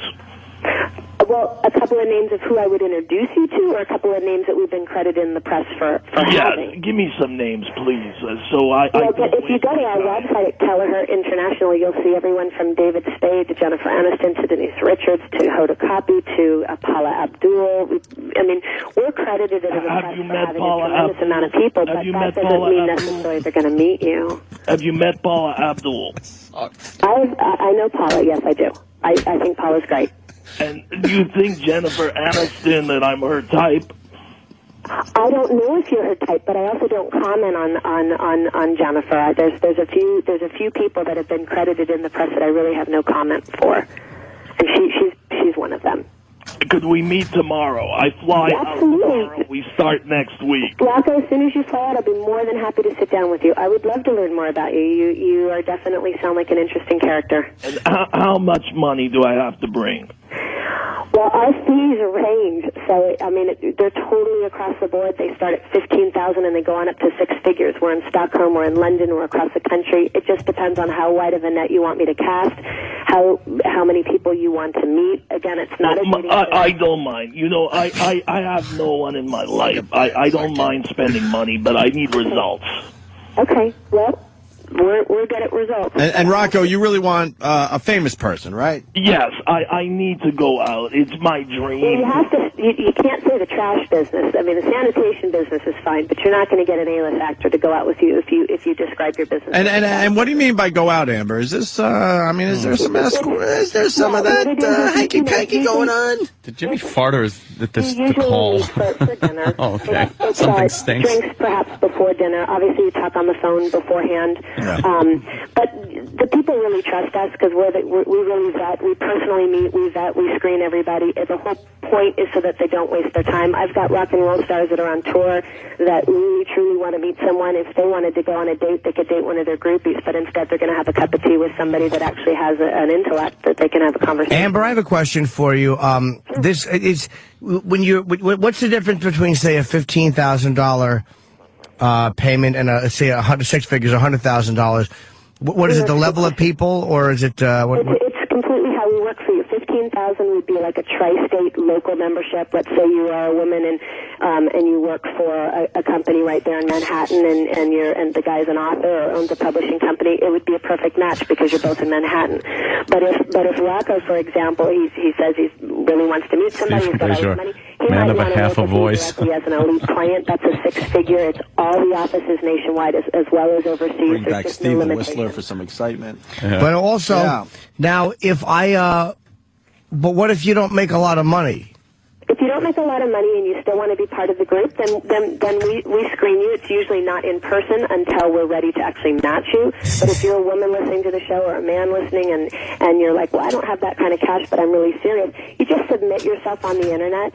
And we have over 10,000 files, and so, we're not looking for 10,000 people. And this isn't prostitution, right, Amber? It sounds very suspicious. The opposite. Very suspicious. If somebody wants to do that, they can pay $19 on Match.com and be married. With me, I'm going to know everything about them, and it's not worth the money and the time and the effort. Amber, what about? I need to learn how to flirt.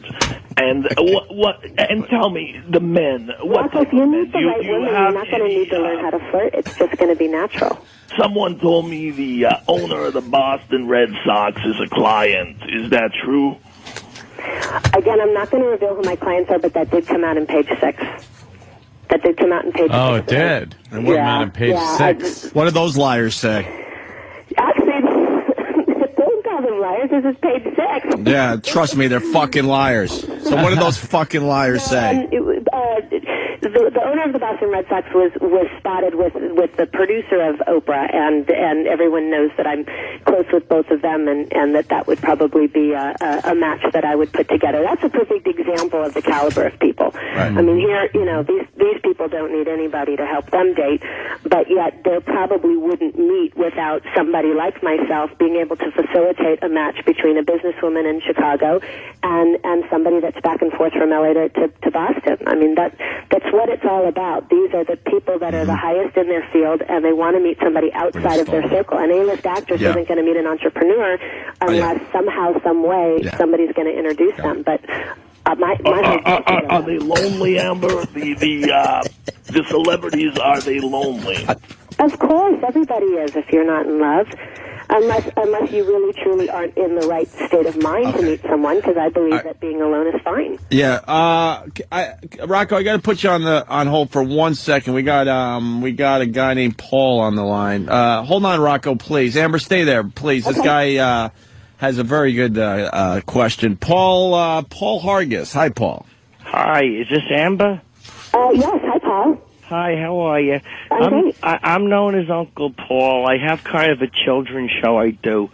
And I've been looking to meet someone to date for a while, but I'm 57 years young. Okay, I like that. And I want to meet somebody to go out with, you know. Are you looking for a relationship or just someone to go out with? I think a relationship because I really have had a lot of misunderstandings and things of that nature.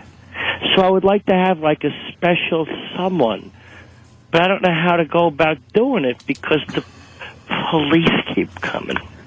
The police keep coming? But no, what do I have to do to meet? What's that? What is it that you're doing that is drawing the police attention? Oh, I don't know. It's just a whole persecution thing. So do you hook up people from different, like, religious backgrounds and age groups, things of that nature? Of course. Matchmaking always looks at religion. We look at background, education, how old you are. We also look at criminal behavior. 57 years. Yeah, Amber, I think what Paul's getting at, he's looking for a younger date. Someone a little younger. You know how the older gentlemen like younger women? Women in my age. I've heard of that. I've heard of that. Well, Paul, perhaps maybe you could try some... Oh, God, I didn't get finished explaining. Oh, I'm sorry. Please finish. Somebody in my age group doesn't understand me. I'm 57 years young. I want somebody who's much younger, who's youthful, has a fun outlook on life. But I feel that everybody I meet's a bunch of old ladies. Well, I don't like women to be that old. They don't understand fun. Okay, well, I'm sorry about that. What's that? Why are you laughing at me? Well, I think that there's plenty of women that are chronologically more mature, but emotionally they're still kids. And I think that you just need somebody to help you find them. I like that because I like to go out and have fun and go to the park and roll a ball and do things of that nature. I'm not done saying nothing. Okay, you can go ahead and finish. I just want somebody who's youthful. Got it. And it's very hard to find because nobody understands. Well, I think there'd be plenty of people that understand. I have an entrepreneur who's in his 60s, and one of the things that he does on his spare time is he flies his jets to the different roller coasters. He plays for the Jets? Does he what? He plays for the New York Jets? No, he flies his jets to all the different parks around the country and goes on all the roller coasters. I don't fly no planes. My wife died in a fire. From a plane? We were estranged. How long ago? It was a big insurance settlement. What's that? How long ago? 2 weeks. Amber. Estranged for a while. Yeah. We were separated. Are you going to rescue me? Long. No, I don't know why you're laughing. This is real. That's why we put Paul on the line. He lost his wife 2 weeks ago. But we were separated for 5 or 6 years. Okay, before she passed away in the fire?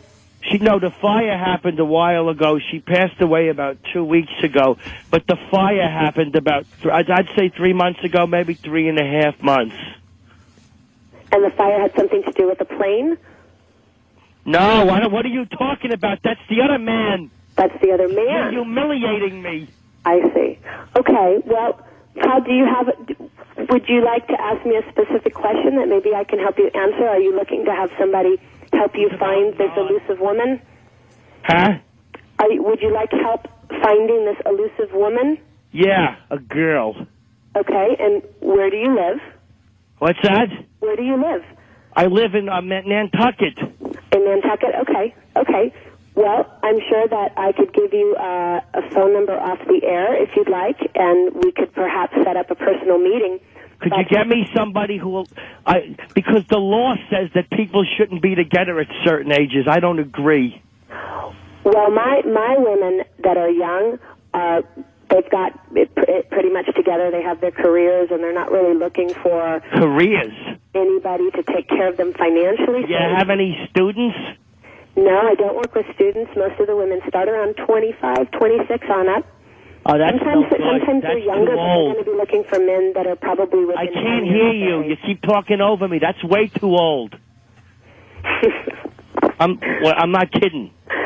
No, I believe you, but that's why I think perhaps maybe you should try online dating, because you can... I tried the chat rooms. Half the times it's not even the people they say they are. Yeah, I know. That's the problem. There's a lot of misrepresentation. God damn FBI. Well, what would you like me to do, Paul? Huh? What would you like me to do for you? Find me somebody who's compatible, who likes an older gentleman.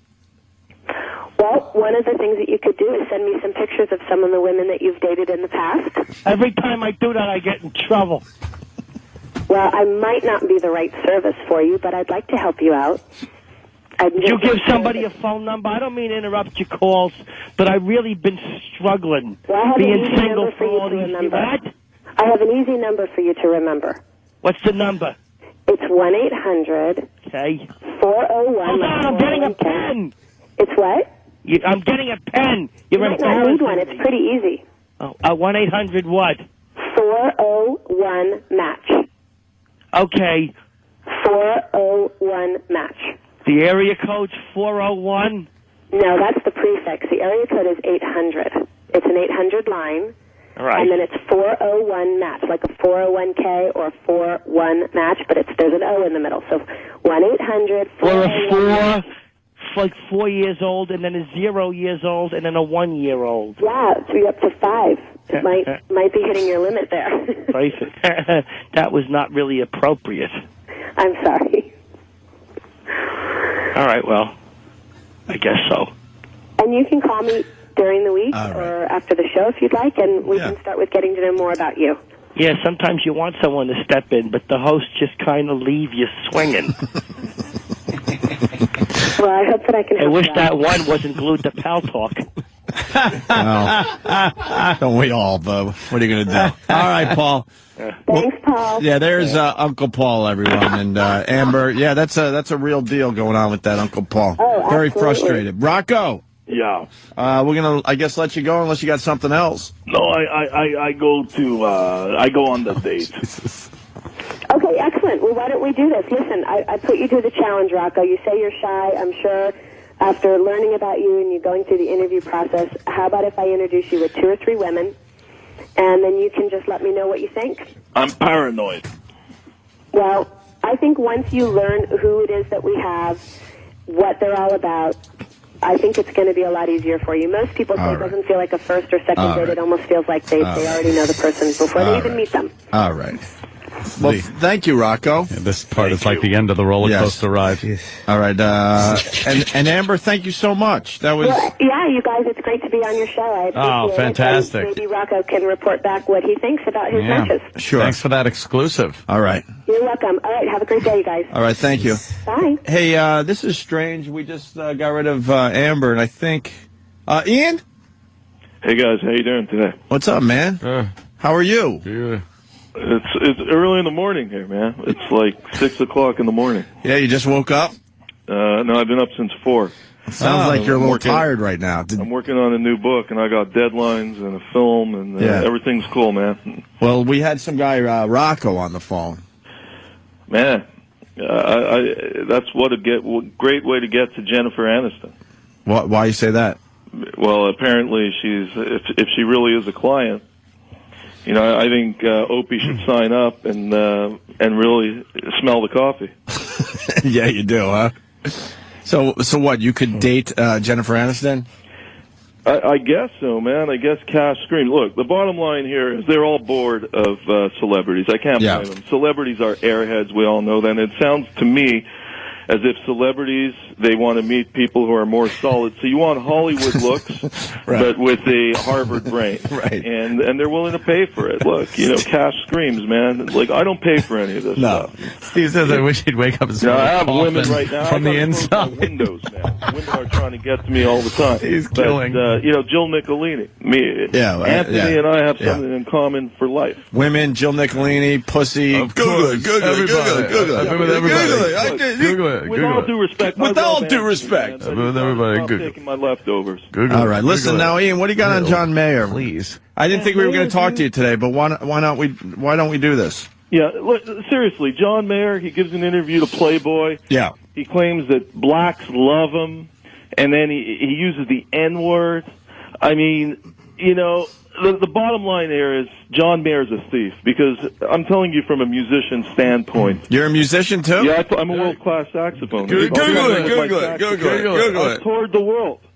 Doing what? Saxophone. The world and elsewhere. I could blow Mayer under the table in a heartbeat. Blow Mayer. I can blow Mayer under the table. Wow, you know, that was Mayer, a little too close for comfort there, Ian. He's trying to be John Lee Hooker, Jimi Hendrix, none of the above. Right. Then he has the audacity to use the N-word. I'm calling on your show today for a blacklist of John Mayer's music. Wow. I think we should... I think we get that done, huh? I think this guy... You know, I've never bought a Mayer record. Have you bought one of his records? No, I listen to him here and there, though. They're pretty good. They play pretty good. Seriously, dude. Have you ever made love to John Mayer's music? No, Ian. I never fucked to any music. Yeah. It's usually iced tea, usually. John Mayer, he's a has-been. He's trying to get more publicity by going into Playboy, using the N-word. He says that he's like one of the only musicians who can hang with the Hood, with Snoop Dogg, with all these rappers. His career's over. People are tired of John Mayer. The second Aniston dumped him, it was all over. Is it true that Aniston dumped him? Because I think it looked like he might have moved on from her. That's what he spun that. I'm telling you right now, Aniston dumped him in a heartbeat. She just used him to go to the Oscars, and then it was over. But Mayer, hold on. You guys say Mayer, you can't say Mayer's career's done. He's on the cover of Rolling Stone. And I don't think he maybe he shouldn't have said nigger in an interview. It's not the smartest thing to say. Well, what was the context? It was somebody had said, and again, I don't know exactly, someone had said to him, you kind of have how does it feel to have, was it a ghetto pass? Hood pass. A hood pass. Yeah. Meaning that black artists like him. Okay. And he was saying something like, well, they might as well, what did he say? They might as well call it a nigger pass. But he wasn't being like, I don't like blacks. He was. But Norton, let me tell you something. But Norton, Google it. I've done my homework on Mayer. I know this guy inside out. Listen, there's a Pakistani-born guy who calls Mayer, quote unquote, a racist and an accidental racist, and because Mayer called him Kabul. This was in December 2009. Called who Kabul? He called this Pakistani-born guy Kumail. He called him Kabul, and then he said he looked like a brown guy but sounded like a white guy. That's okay. Here's the thing. And this guy, hold on. He calls Mayer a racist and an accidental racist. Honestly, John Mayer is a racist. He's not. I know the guy. Ian, I'm telling you. Know about racism, man. I know the guy. Google it. You're white. And I know I'm white, but I also know John fairly well. And you know he does stand up. Like he has that mentality. Him making fun of a guy, saying he looks like a brown guy and sounds like a white guy. I mean, there's a lot of times Mayer says things that most musicians probably wouldn't say, but he also gets up on stage, and when he performed comedy, he did a pretty rough act. That's kind of his mentality. It doesn't make him a racist. And he hangs out with fellow comics down at the Comedy Cellar, so he's picking up on that vibe. Yeah, you have to understand that, and too. And that vibe is where everyone just attacks each other. Everyone's pretty brutal. Nobody really holds back when they're comedians. Yeah. And that's who John hangs with. It's mostly comics. If it was... Imus using the N-word in Playboy, if it was Opie using the N-word in Playboy, wrong guy. If it was even, Joan Rivers, if it was even Barbara Walters using the N-word, they'd be toast. They would never work again. Do you understand that? So we're going to let John Mayer get away with this? This is an insult to all the... What are you, a communist? Yes! Everyone should be able to use the N-word. I don't give a shit. That's one of these fucking self-hating white liberal douchebags? What are you, Ian? You guys got it wrong. Listen, racism is like cancer. You don't know when you have it. And I with all due respect, I love you guys, but I'm calling for a boycott of Mayer's, all his products today. It's silly. I know John, and to be honest with you, he was a racist. I'd tell you that. Here's the bottom line. I know the guy. I see him at the Comedy Cellar. I see who he hangs with, who's in his close circle. And it's not a bunch of white people. It's a very mixed group. And I see the way he interacts with comedians. And he's being funny and he's being, maybe he says things he shouldn't say, but I guarantee you a big part of that is the influence of just hanging with comics and the way we don't pull punches with each other. Norton, with all due respect, look, it's like O.J. Simpson. Everyone loves O.J. I've hung with O.J. He's the greatest guy. O.J. Simpson's a murderer. John Mayer's a racist. These guys do not deserve any time of day, and it's time everyone wakes up. You're out of your fucking mind. Let me ask you a question. How come you're not calling for a boycott? I mean, John Mayer, again, a guy who said nigger in the context not of I don't like, it wasn't saying that. That's not what he was saying. So to say he's a racist is just kind of purposefully inflammatory. It's almost... Is that like saying Jesse Jackson when he says Jaime's Jesse Jackson? How about this? Great example. Great example. No one saw it. He said it to Milton Coleman, a journalist, and he said it at a breakfast, and Coleman fucking ratted him out. A black journalist, Milton Coleman. He kind of looks like a fat Lou Gossett Jr. That's when Jesse Jackson said, Jaime Town, and you want to go there. And it didn't hurt Jesse Jackson's career. He is still a very popular speaker. He is still quoted on the news. But how about when Jesse Jackson was on Fox, and he was talking about Obama, and he said, I'd like to rip his balls off. He's talking down to niggers. And how about he said that, and guys like Sharpton came out and said, hey, that's not the Jesse we know. And nobody vilified him for it. So this punishment for the N-word is bullshit, and it's arbitrary, and it all depends. Hold on. It all depends. It all depends on what side of the fence you're standing on. Hooker, from Jimi Hendrix, from the Muddy Waters band. This guy's a thief. But you can't be in jail for his music. Ian, you can't allow your dislike of John Mayer's music to actually come out and call the guy a racist. Supposedly John Mayer's whole band is black, by the way. Saxophone around the world. Yeah. I played everywhere from Cape Town to London to Princeton. Ian, so is I'll he. tell you one thing, from a musician standpoint, and you know this, Norton, when a comedian comes on and they don't have chops, your BS detector's high because you're a good comedian. Well, I can play music, man. This guy is stealing. He's faking the funk. He's no James Brown. He's no Jimi Hendrix. This guy isn't even Lee Garrett. And I'm telling you right now, this guy should be boycotted. All right, Ian. He should never put out. All right, Ian, listen to me. Just ignore him. Ian, listen to me. You're all talk, though. You got that saxophone near you? No, I don't have it here. Conveniently, you don't have a saxophone nearby. You know, where are you right now? In your house? I'm not going to tell you where I am, man. I go undercover. That's it. Yeah. Well, you better prove your musical abilities right now, sir. Let me tell you something. My idols were John Coltrane, Charlie Parker. Well, what could you give us? Could you give us a little something? For the room. What could you do right now to prove that you're a good musician? Ask me anything. No, we want you to do something. Can you play spoons? What could you do? What do you got? What do you want me? You want me to listen? Time is the essence of life. Time's the essence tonight. Amid visions light, a long December night. Hipster pants, magical mystery prince that dance. Oh my! See, that's my. I wrote that. Now, Ian, here, you talk about John Mayer being a racist. Here's what I think is a racist. Yes. It is somebody that holds black and whites to different sets of standards when it comes to punishment for saying certain things. That, to me, is elitist and condescending and paternalistically racist. When you hold blacks to a different set of speech standards than you hold whites, that is parental. And that, to me, is very, very racist. Norton, let me tell you something. Norton. All due respect, you're talking from a Caucasian, pigmentation. Oh, well, so I'm are you. telling you right now, get Reverend Al Sharpton on the line and ask him if this is acceptable. John Mayer using the what does Al Sharpton know? Al Sharpton's take What on does this, Sharpton and I know want about Al that? Sharpton Ian. right now in front of Sirius Radio, mobilizing everybody and Oh, my God. put up signs and boycott John Mayer. Ian, you have no idea. I want John Mayer blacklisted. I'd love Sharpton to be in here. I'd like to ask some other questions first. Before I got to John Mayer, I'd like to cover the shit on Tawana Brawley and who paid Stephen Pagonis' family and a lot of other things that I'd like to do. Mason and Maddox, two attorneys that were disbarred. Yes, his forgiveness of Jesse Jackson saying nigger, but not Don Imus doing a joke. His forgiveness of Harry Reid saying that Barack Obama didn't talk with a Negro dialect and yet crucifying Trent Lott. Like, I'd kind of like to hash that stuff out with Sharpton first. Betty Shabazz right now is turning over in her grave with these comments by John Mayer. I don't think Betty Shabazz cares what John Mayer said. Yeah. Betty Shabazz was at least married to a very, very legitimate civil rights leader. She wasn't married to some headline-grabbing whore who just harped on people's speech. Malcolm X was a real guy. I don't think Betty Shabazz would have cared about the ramblings of a musician. Yeah, Ian, you're way out of line on this one. Yeah. Way out of line. And you don't have any music talent because you can't prove it on the phone. No. I think racism is like cancer again. You don't know when you have it. With all due respect. All right, you heard that, Ian. You do know when you have it. Coffee here, using the N-word. All right. Any Okay. African-American activist, it's unacceptable. Ask any African-American person breathing in this country. How about rappers? They will not accept it. The rappers, well, hey, you know. The rappers, they deserve their due too. I mean, No. How about punishment? How about them being boycotted for using the N-word? Yeah.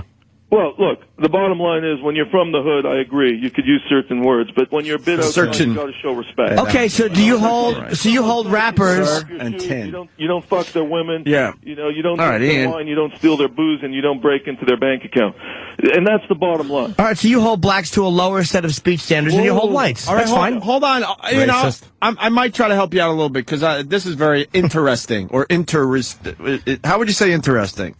Ian. Interesting. Yeah, very good. Fabio in Oceanside. Fabio. Hey, guys. You're right. Mayor is a ripoff because My Body is in Wonderland sounds just like Muddy Waters. Which Muddy Waters song? I know a little Muddy Waters. Any of them. You know, Pine Top Perkins is a personal friend of mine. Who? The legendary Pine Top Perkins. I was performing in Austin, Texas. Pine Top Perkins in '94 came out to my gig, and I hung with him at BB King's in New York. Pine Top Perkins will tell you right now, using the N-word from a punk like John Mayer, a guy who has no music. The fuck is Pine Tar Perkins? I'll check to John Mayer's music. I'll tell you right now. I'll fuck to Muddy Waters. I'll fuck to Hendrix. I'll fuck. I'd never. Well, hold on. How about playing Mayer? Isn't All Along the Watchtower Bob Dylan song? Oh shit! What if the other guy doesn't like that music? Did he write Hey Joe? Is Hendrix stealing? Hendrix ain't a thief. I'm not saying he's a thief. He's just paying respect to the great Bob Dylan and acknowledging Dylan. Mayer, he comes on as if he's invented the guitar. He never pays homage to his predecessors. Do you think that Zeppelin are thieves? How come you're not attacking Led Zeppelin? Him too. How come you're not attacking Led Zeppelin? Well, hey, Jimmy Page, look, he's a fake. I have no respect for Jimmy Page. I'll blow Page under the table any day of the week. Yeah? Well, you're all talk. You can't even prove that you're a musician. Look, dude, I'll come in with my band one day. Who is that guy Perkins that you're friends with?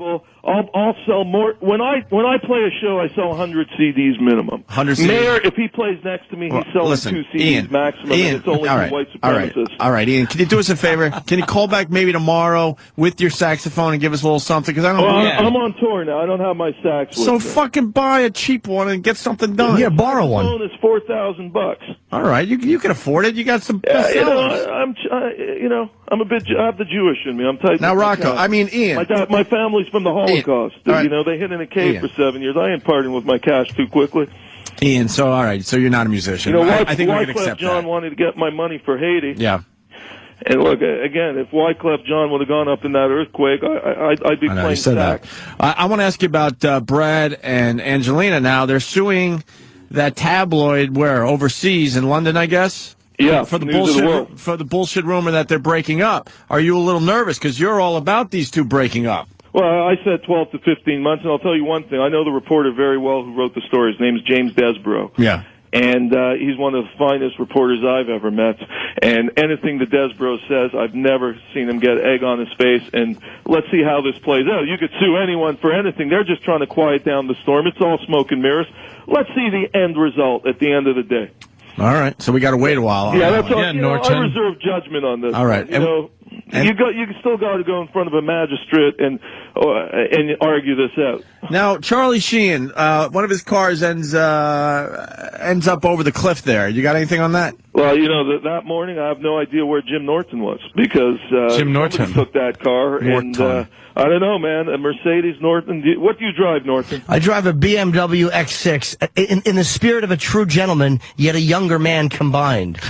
I should have on fingerless gloves and an ascot because I'm all things together. What's the best car to pick up chicks in today? That's what I'm trying to figure out. A hearse. I think you're right, but I think Sheen might have orchestrated this whole thing for some crazy reason. And, that's just my BS detector going off here because Sheen, all these things just don't add up. Every day it seems to be something else happening. He gets arrested. Now he says he's going into rehab with his... How do you calibrate that BS detector with everything coming out of your mouth? And the bottom line is, I think it's just getting too fishy. And so you're saying he got judgment on this one. I think it's going to play out a bit, and we're going to find out some details. You know what it is, Ian? It's like my good friend John Mayer says. I'm just waiting on the world to change.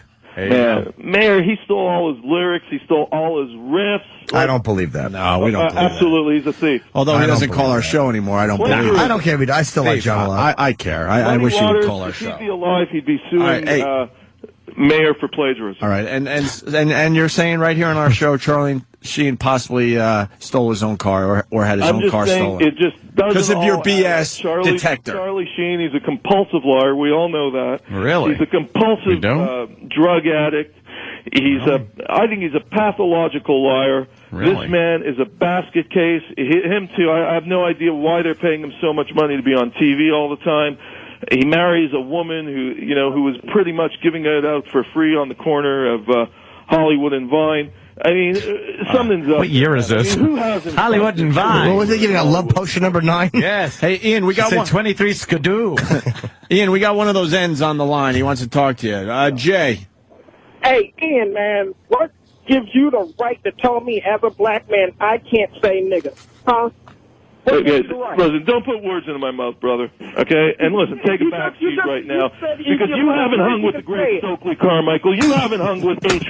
Brown. You haven't hung with the great Harry Edwards, Nelson Mandela. Nelson Mandela? You hung out with Nelson Mandela? He actually got him arrested. 20 years ago today, he was freed, 20 years ago today, and Winnie Mandela is marching the same walk when they got out of that prison. Oh, yeah? She wasn't too much of a treat, that woman. Wait, I want to hear Jay. He's losing his mind. Hold on. I want to hear Jay. He's losing his mind. Jay?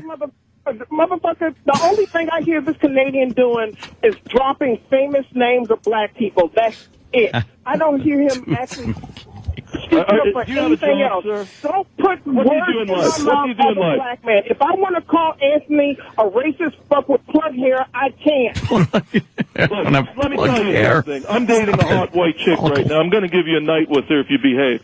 So let me ask you. Oh, damn, what a racist. I'm sorry, Laffer. If I behave, I'll give me a white girl. Fuck you. When was the last time you had white pussy, dude? You sound so fucking frustrated. That's the bottom line. The interracial sex is the key here. And we all need to fuck different people from different ethnic backgrounds. Like our listeners with this call. Has never fucked a white woman.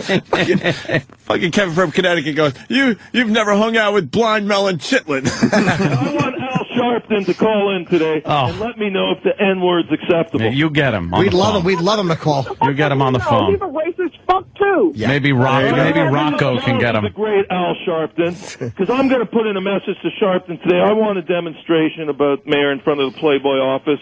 I want Playboy to get the message. Hugh Hefner, man, why does he have only white women working in those bunny suits? How many black women has he had? Bunny suits? He once paid LaToya Jackson $8 million. Yeah. A one-shot deal. But I've been to the Playboy Mansion. I haven't seen anything darker than myself in that house. Hey, Ian, when's the last time Playboy been really relevant to a magazine as a skin mag anyway? Yeah, Ian. Yeah. And it's his house. He can invite over whoever the fuck he wants. Right. Absolutely. Maybe he got tired of little rabbit ears being stolen. I don't see you with black broads, Ian. Yeah. Hugh Hefner's afraid of people's tans. I don't see That's you the with bottom black line. broads. Yeah, where are you All right, with the let me black tell you broads? something. Who in this studio right now has had sex with a black woman? I'm raising my hands and feet. What about Anthony? I know Anthony always says No. It was one of my... I like white women. I like white girls with you've nice never alabaster looked down- skin. Alabaster skin! You've never gone down? No, why the hell am I going to do that? I don't find them attractive. Sorry. That's just the way. That's just my personal taste. All right, listen. We got Don in Jersey. Everybody wants in. Don, go ahead. Make it fast, because we got a lot of people that want Ian bad. Hey, man, the guy's the most famous musician since the history of the fucking world. Where's his CDs? Where's his fucking Facebook, YouTube, anything? Yeah. Yeah, Ian. We want to see some video. I'll come in with my band and I'm going to quiet you guys all. You have no fucking idea. Well, fucking get a saxophone. I want to hear what you could do. You'll be very shocked. You're going to turn over. Oh, really? Have you ever played music, dude? Who am I talking to here? Have you ever played more than a shoebox? I've been in fucking bands my whole life, motherfucker. Yeah, sure you have. Oh, yeah? He's never been in a band. Yeah, I've been in bands my whole life. All right, let me go to Peter in Massachusetts. Peter, you're on with Ian Halperin, a.k.a. Marco. Tom Perkins was a fucking junkie, and he sucks. He can't even play the fucking piano. And you fucking suck, you white-hating fucking Jew bag. Hey, listen, man. Let me tell you something right now. The state of Israel is about to descend on your host for saying that. You know one thing. I'm telling you right now. Watch what you say in New York about Jews, because Jews, you know, there's a lot of Jews What is a roaming Jew around. bag? I don't get it. They take offense to this. They protect me. Yeah. All right. Well, a lot of anger out there. Birdman, what's up? What's going on? Hey. Who the fuck are you anyway? Who are you? Oh, do you play the meat flute? Yeah, you play the skin flute every night. Let me tell you something, brother. Let me tell you something. Joke. And listen to me. Yeah, you're the fake Ian. You just stole his joke, Ian. Stealing his joke. You're stealing his joke. Yeah. Hey, me and Mayor, we're both thieves. Yeah? Huh? Mm-hmm. Yeah, you and him, Jim Mayer. What do you play, brother? Nothing. Nothing? What do you do in life? Whack off. Pretty much what you do, isn't it? Have you ever don't even know who you are? He sounds like Red. I'm bored because I don't even know who you are. Oh, yeah? When was the last time you got laid? A long time ago. I'm married. Oh, yeah? He sounds like Jackie Mason and Red. Come on. Dude. You know, did you I hope you don't have much Townsend disease. With this douchebag. All right, well... You're not making many friends or people that agree with you, Ian. Al Sharpton loves me today. Al Sharpton does not even know you. He doesn't know you. Oh, yeah? Yeah. I'm going to send you a photo of me and Al Sharpton. I got one of me and Al, too. I'll Twitter You want me to send it to you right now? I do. Yeah, go ahead. Send the picture of you and Al Sharpton. The real Jim Norton at gmail.com. And what were you doing? Hold on, folks. Let me get on my computer. Apologizing. Wait, let me get on my computer. Are you home, Ian?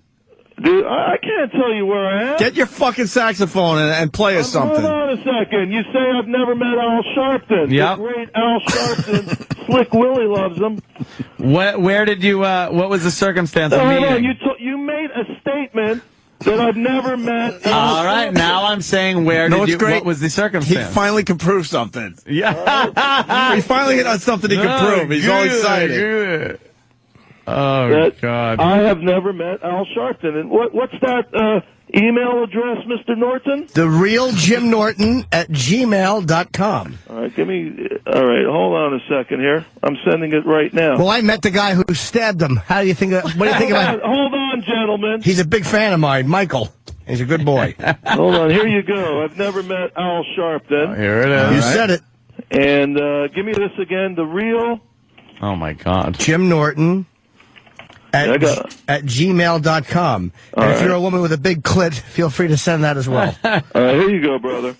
Check your email. Okay, I can't right now because I'm on the radio. Right now, my brother. Hold on. It takes a minute to go through. Gmail is very slow sometimes. And you're screaming at me. I'm a sweet boy. Right now, check my... We're waiting for it to come in, Ian. I want to hear a machine gun at Norton Street right now. Do you have a machine gun effect? And start dancing, dude. Hold on, I'm turning my Gmail on. It takes a minute. I'm on my iPhone. Let's say hi to Russ in Kansas City as we wait for the email there, Ian. Russ, what do you got? Man, it's amazing. You got a fucking reporter who's got short-term memory. But here's what I want to know. How do you keep having this fucking snooty-ass cocksucker Canadian, and he's done everything, and pretty soon he's going to find Amelia Earhart? What kind of bullshit is this? I fucked with Amelia Earhart. Google it. Google it. Mile High Club. I was fucking her, and the plane petered out. I jumped out with a parachute, and she died. Oh, you got this snooty anti-American. I want you to come up to Canada. Who is this on their phone? Huh? I want you to come up to Canada. I'll put you in the woods, and let's see if you could find your way out. What kind of challenge is that? I'd use GPS. You know, the satellites that America put up so everyone could use them? You know, the satellites America put up so all the world could use GPS? I would just use that. Proud American. Stupid Canadian. Jimmy, what do you got? The picture's very slow down on me. Mad at me. You get my leftovers, dude. You think I give a flying fuck Language. who you've said you fucked? Show me that picture. You got it? No, it's very slow. Dude, what type of internet line does Sirius have there? I mean, No, it's on my iPhone. I see a picture of Sharpton, but I can't see who's with him. So far, we can't see if it's you. Oh yeah, I hear you now. I can't see who that is. Give me another. I don't see it either. Yeah, we don't see it either. It's a guy with a white tie. There you go. I cannot. I can't verify that's you. And look who's below me. Look who I'm with below. In the next photo. It looks like a picture of Dice and Jesse Jackson. But so what? Dude, I have a picture with Sharpton. Yeah. Well, hold on. You guys made a statement. I want an apology right now, or I might sue because you said I never met Sharpton. I never said you never met Sharpton. Yeah, we didn't. Well, you insinuated. No one said that. You said, "Oh, you met Sharpton." What are you doing? Listen to the show every time I'm on. I don't believe that you're a good musician. That's all. That's where I'm at. Yeah. You said you didn't believe I was with Sharpton. I didn't say... If you apologize to John Mayer, we'll apologize to you. Yeah, let's do that. I want an apology. Only if you apologize to John. I will not apologize to blatant racists. Blatant. Why? Blatant racist. Well, that's what Sharpton is. It's acceptable to use the N-word. I think people should boycott Mayer, boycott Playboy. Ian, you got everyone excited today. Could you at least apologize for something today? Yeah. For something. You insulted John on a personal level. You That's apologize not nice. for something, and if the apology... Hold on, if the apology is... I apologize for calling Jesse Jackass, because I actually don't mind Jesse Jackson. Yeah. That's not the apology I was looking for. Yeah, no, that's too easy. Yeah. You should apologize to John. Yeah. Look, put Mayer and I on a stage any day of the week, you'll forget the name John Mayer. I'm telling you now. Well, even if they liked you more, they still remember his name. It's easy to remember. You think you wouldn't get booed and have stuff thrown at you on a stage that you shared with John Mayer? I can deal. Mayer's a fake. He's a phony. I've played with the great Pine Top Perkins. I've played with the top musicians from South Wait, name Africa. some of these musicians that you've played with. Yeah, who's Pine Hat Perkins? Yeah, what the fuck is Pine that? Top Perkins? Yeah. Who the hell is he? Waters keyboard player. All right, what else? Who else? He's still gigging. He's 96 years old. He does 150 gigs a year. That's racist. Oh, gigs. Gigs. How do you spell that? Ian, that's the only musician you know. Dude, I'm not going to flip my deck here. I'll shut you up when I come in and play. You guys are going to... All right, when is the big showdown coming? When are you coming in with your saxophone? Well, I got to finish up some business here, but I'll be there in the next few weeks. I'll bring in a little quartet with me. All right, let's do that. We'll entertain Norton. Make sure you have a chick there, Norton, because when I play steamy sax, man, I don't want you hitting on me. Google it. The whole time we've been talking, I've been cutting spoiled meat farts. Oh, they're so bad. I just thought that was Jennifer Aniston's pussy. I didn't know the difference. Right, Ian? Right, Ian? And Aniston, all right. I'm going to find out. I'm going to get to the bottom of it. All right, good. All right. Ian, it's always a pleasure, I think. Yes. Peace out, bro. See you, man. All right, Ian Halperin, something like that. We also have Bob Levy and Otto. We got a break. We got Bob Levy and Otto from Otto and George next. Stay there. All right. What a busy day. In studio, Otto from Otto and George and Bob Levy. He made these guys wait a long time, and I apologize, but that Ian Halperin shit was too good to pass up. I heard the screaming in the hallway. I loved it. Yeah, you liked it? He's a lunatic. People fucking hate him, and that's why we have him on the show, I think. Hate who? Huh? Hate who? It's this guy Ian Halperin. He does like gossip shit, and he's very entertaining. He really is.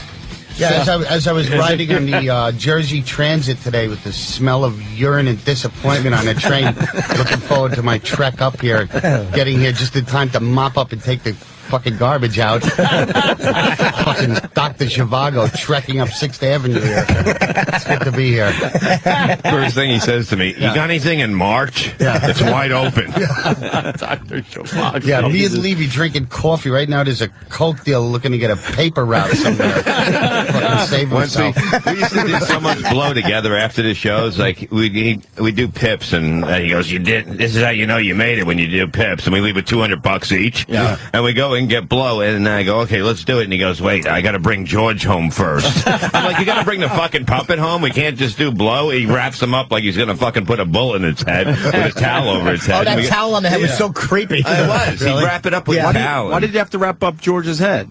You know, because I carried him in a duffel bag at that point. I didn't have it. You didn't want to nice wreck the dummy. case. That's how Kennedy looked when they fucking shipped him to Bethesda. Yeah.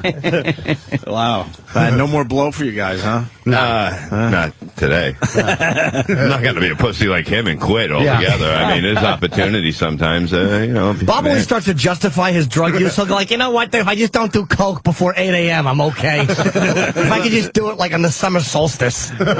If I'm tired and I'm on the road and fan gives it to me, I'm like, you don't turn down a fan. Or if you solicit it from the audience every 8 seconds. I'm like, so I was driving on up to the club. Anybody got blow out there? Yeah. Jesus. And I just hand it to you. It's nice. Yeah. I wouldn't trust that, though. How do you know it's not fucking strychnine? I'm still fucking alive. I'll take a chance. On a strychnine, that's taking fucking who cares? But if you say that, that's like a logical argument, but like someone who's really doing drugs will just justify, well, how do you know the waiter's not poisoning you? All right, good point. You know, you were eating food out of a restaurant. Yeah, good point. What the hell, right? You get pissed on by hookers and you're telling me about my fucking habits. I'm not saying you're wrong. What? Where are they supposed to go? On the floor? If you saw what went on in most kitchens, you would never eat out in a restaurant again in your life. I remember there was this Greek diner, and the guy used to make the coleslaw by taking a garbage can, not that had garbage in it, but like right from Home Depot, and he put all the cut cabbage and a mayo in there, and then he would mix it with his filthy Greek arms and shoulders. With all the hair like on it. all the way up to his armpits, with sweat, fucking disgusting Greek armpit hairs going in. That's how it gets moist. Think about that the next time you see that little fucking eye cup of coleslaw they give you. I hate coleslaw. It's disgusting. Thank God I don't like never eat it. coleslaw. Really? You don't like That's it? fucking, it's an atrocious side dish. Disgusting, right? Yeah. Yeah. It's like they just have to give you something else. What about rice pudding? Nasty. Right? I'll eat rice pudding. That looks like a 3-day load. I You know what I mean? Doesn't it? I like when the waiter throws it on my back and face. Put a little on my chin, and I'll be on my way. Could you force my face into the pudding and I'll enjoy it? You can't like rice pudding, Otto, can you? No, it's all right, good. Fucking, and I hate midgets. It's horrendous. When I see a midget eating rice pudding, I kicked a midget against a wall at a show. You remember that with Florentine? When we did a show when you in said, Staten how Island. tall aren't you? Yeah. And then the other line. I was on him all fucking show, and he was It was probably great. about The midget wanted to kick 4'10", his ass. and he comes out of the show, and he goes, how about I punch you in the face? And I go, go ahead. And he threw a punch, and I just moved my head a little bit, and he goes, I should get some money. And he threw another punch, and I just side kicked him into the wall, and they threw me out of the club. The best line, he goes, what do you do during the day other than avoid mouse traps? He was so fucking mad. But what are you going to do? Well, wouldn't you be if you had to walk around like that? Hey, that's it. He shouldn't sit up front. Fuck him. That's true, He got He mad. couldn't see if he didn't. Poor little guy. Size of balls. Fucking Levy's sidekicked a midget, and he's talking about like he was in Game of Death. So beware, midgets out there. Yeah. Damn. Hey, you got a text message from an old friend Jeff, you guys were telling me about? Yeah. Really? Because I came in to plug a job that he's like friends with the owner, so I told him to tell the owner that I'm going to be on O&A today. Right. Just to let him know there's a good plug.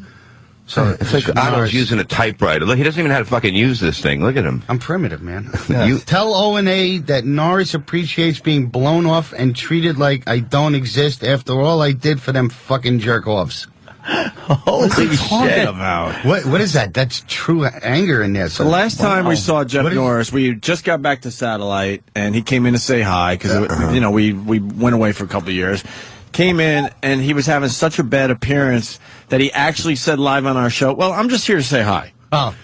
Yeah. Did he? I And didn't that was the remember last time, and we didn't trash him or nothing. Right. And that was the last time we saw him. All the great things. What, like bruising my windpipe right before I went on vacation? Really? Did he? Demonstrating what he did to somebody. Did he really? He just we were down at Caroline's, and he's like, yeah, this guy comes up to me, and he starts giving me shit, so I just, took the crook of my hand right between the thumb and pointer finger, and just went, bam! And he hit me in the throat. I went like, Pah! Oh, get out of here. I go down on one knee. I'm like, what the fuck are you doing? That's your bread and butter. I didn't know. He doesn't know his own strength. He's like Kong. The big white gorilla. No, don't worry. That's high tensile steel, ladies and gentlemen. Otto came up with Big White Gorilla. Yeah. For that reason. Can we get him on the phone? Let's hash this out. Baby Gorilla. I got his number here. Fucking let's hash this out. I want to see what his problem is. I seen him in the summer. Last summer, I was at a diner, and he walked in. And I think he was doing, like, construction now or something like that. Oh, yeah? So Yeah. he's not doing gigs anymore? I don't know. Yeah, he works all the time. Hey, Chris. Hi. Chris and PA, thanks. Thanks. Now I'm officially done with coleslaw because of Otto. Yeah. Oh, that is a I'm telling you. great visual of some big hairy Greek armpit with his armpits. Fucking Vic Tayback. Oh, God I'll damn. never forget that. That's disgusting. Mixing it with his arms all the way up to his shoulders. And Very his good. sweat was You fucking- want the coleslaw? What do you, peas and carrots?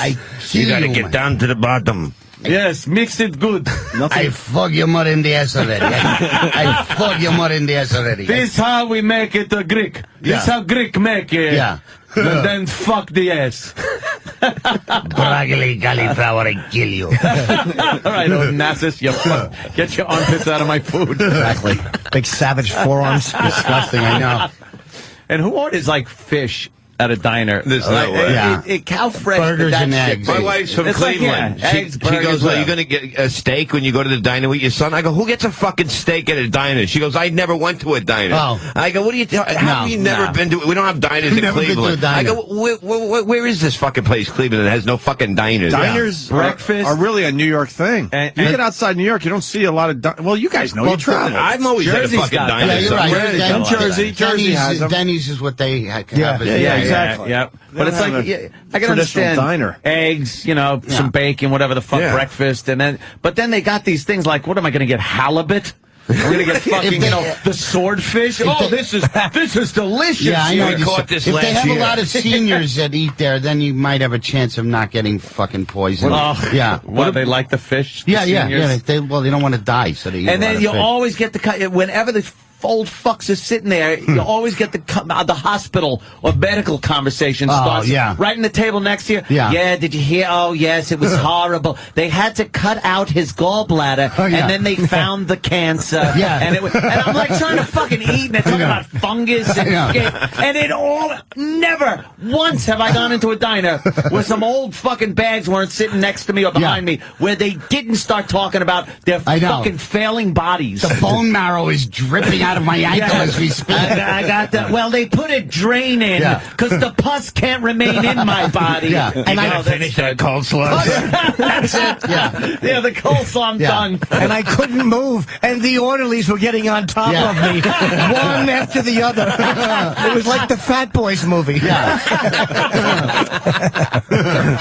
Hey, I don't think we're going to get a Jeff Norris on the phone today. Spewed him on the eggs. What the fuck, Jeff? He's Come not on. calling?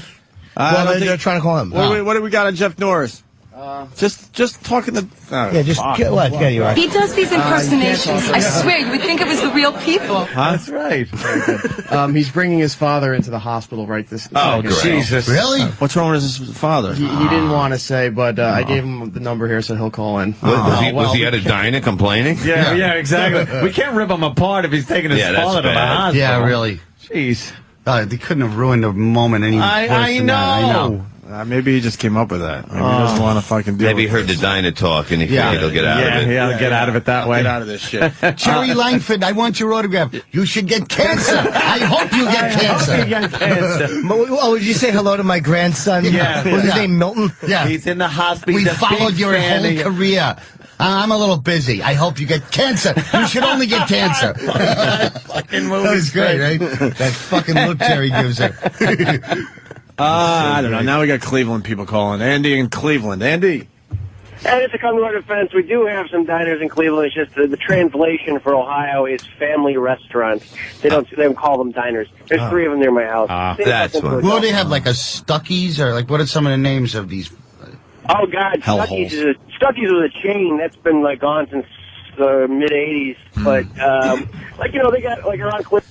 Stephen S. from Bay Thank you. Shore. I really was gearing up for an awful fucking dissertation. I got a sock called Stuckos. We got Jeff Norris update. His father is sick with disappointment over his son's career. Oh, no, stop. So we had to rush him to the hospital. God, he's going to be in for like 2 months. Oh, jeez. Uh-oh, here comes another text. Norris, fucking call us tomorrow then if you're listening. Rinky dink. Hash this out. We love Norris. Hey, yeah, I mean, he's a good guy. A Jew broad.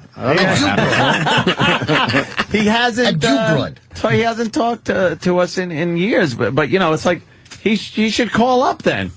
Like who we're supposed to reach out? Well, that's what it is. You reach out to the show to go on. That we haven't seen I told in fucking him that. years. I go. Where's the We Deliver Keggers girl? I go. They're doing a Jesus. show that takes up all their time. You think they're thinking about you? They're busy living their lives. Oh, we think about them. Yeah. We talk about them, just not on the air. Oh, you okay. know. We're just not going to call him. Yeah, exactly. We're not going to call him or have him on the show or even talk to him probably. But the squeaky wheel gets the oil. Love. Hey, run on. Let's say hi to Footer. Footer.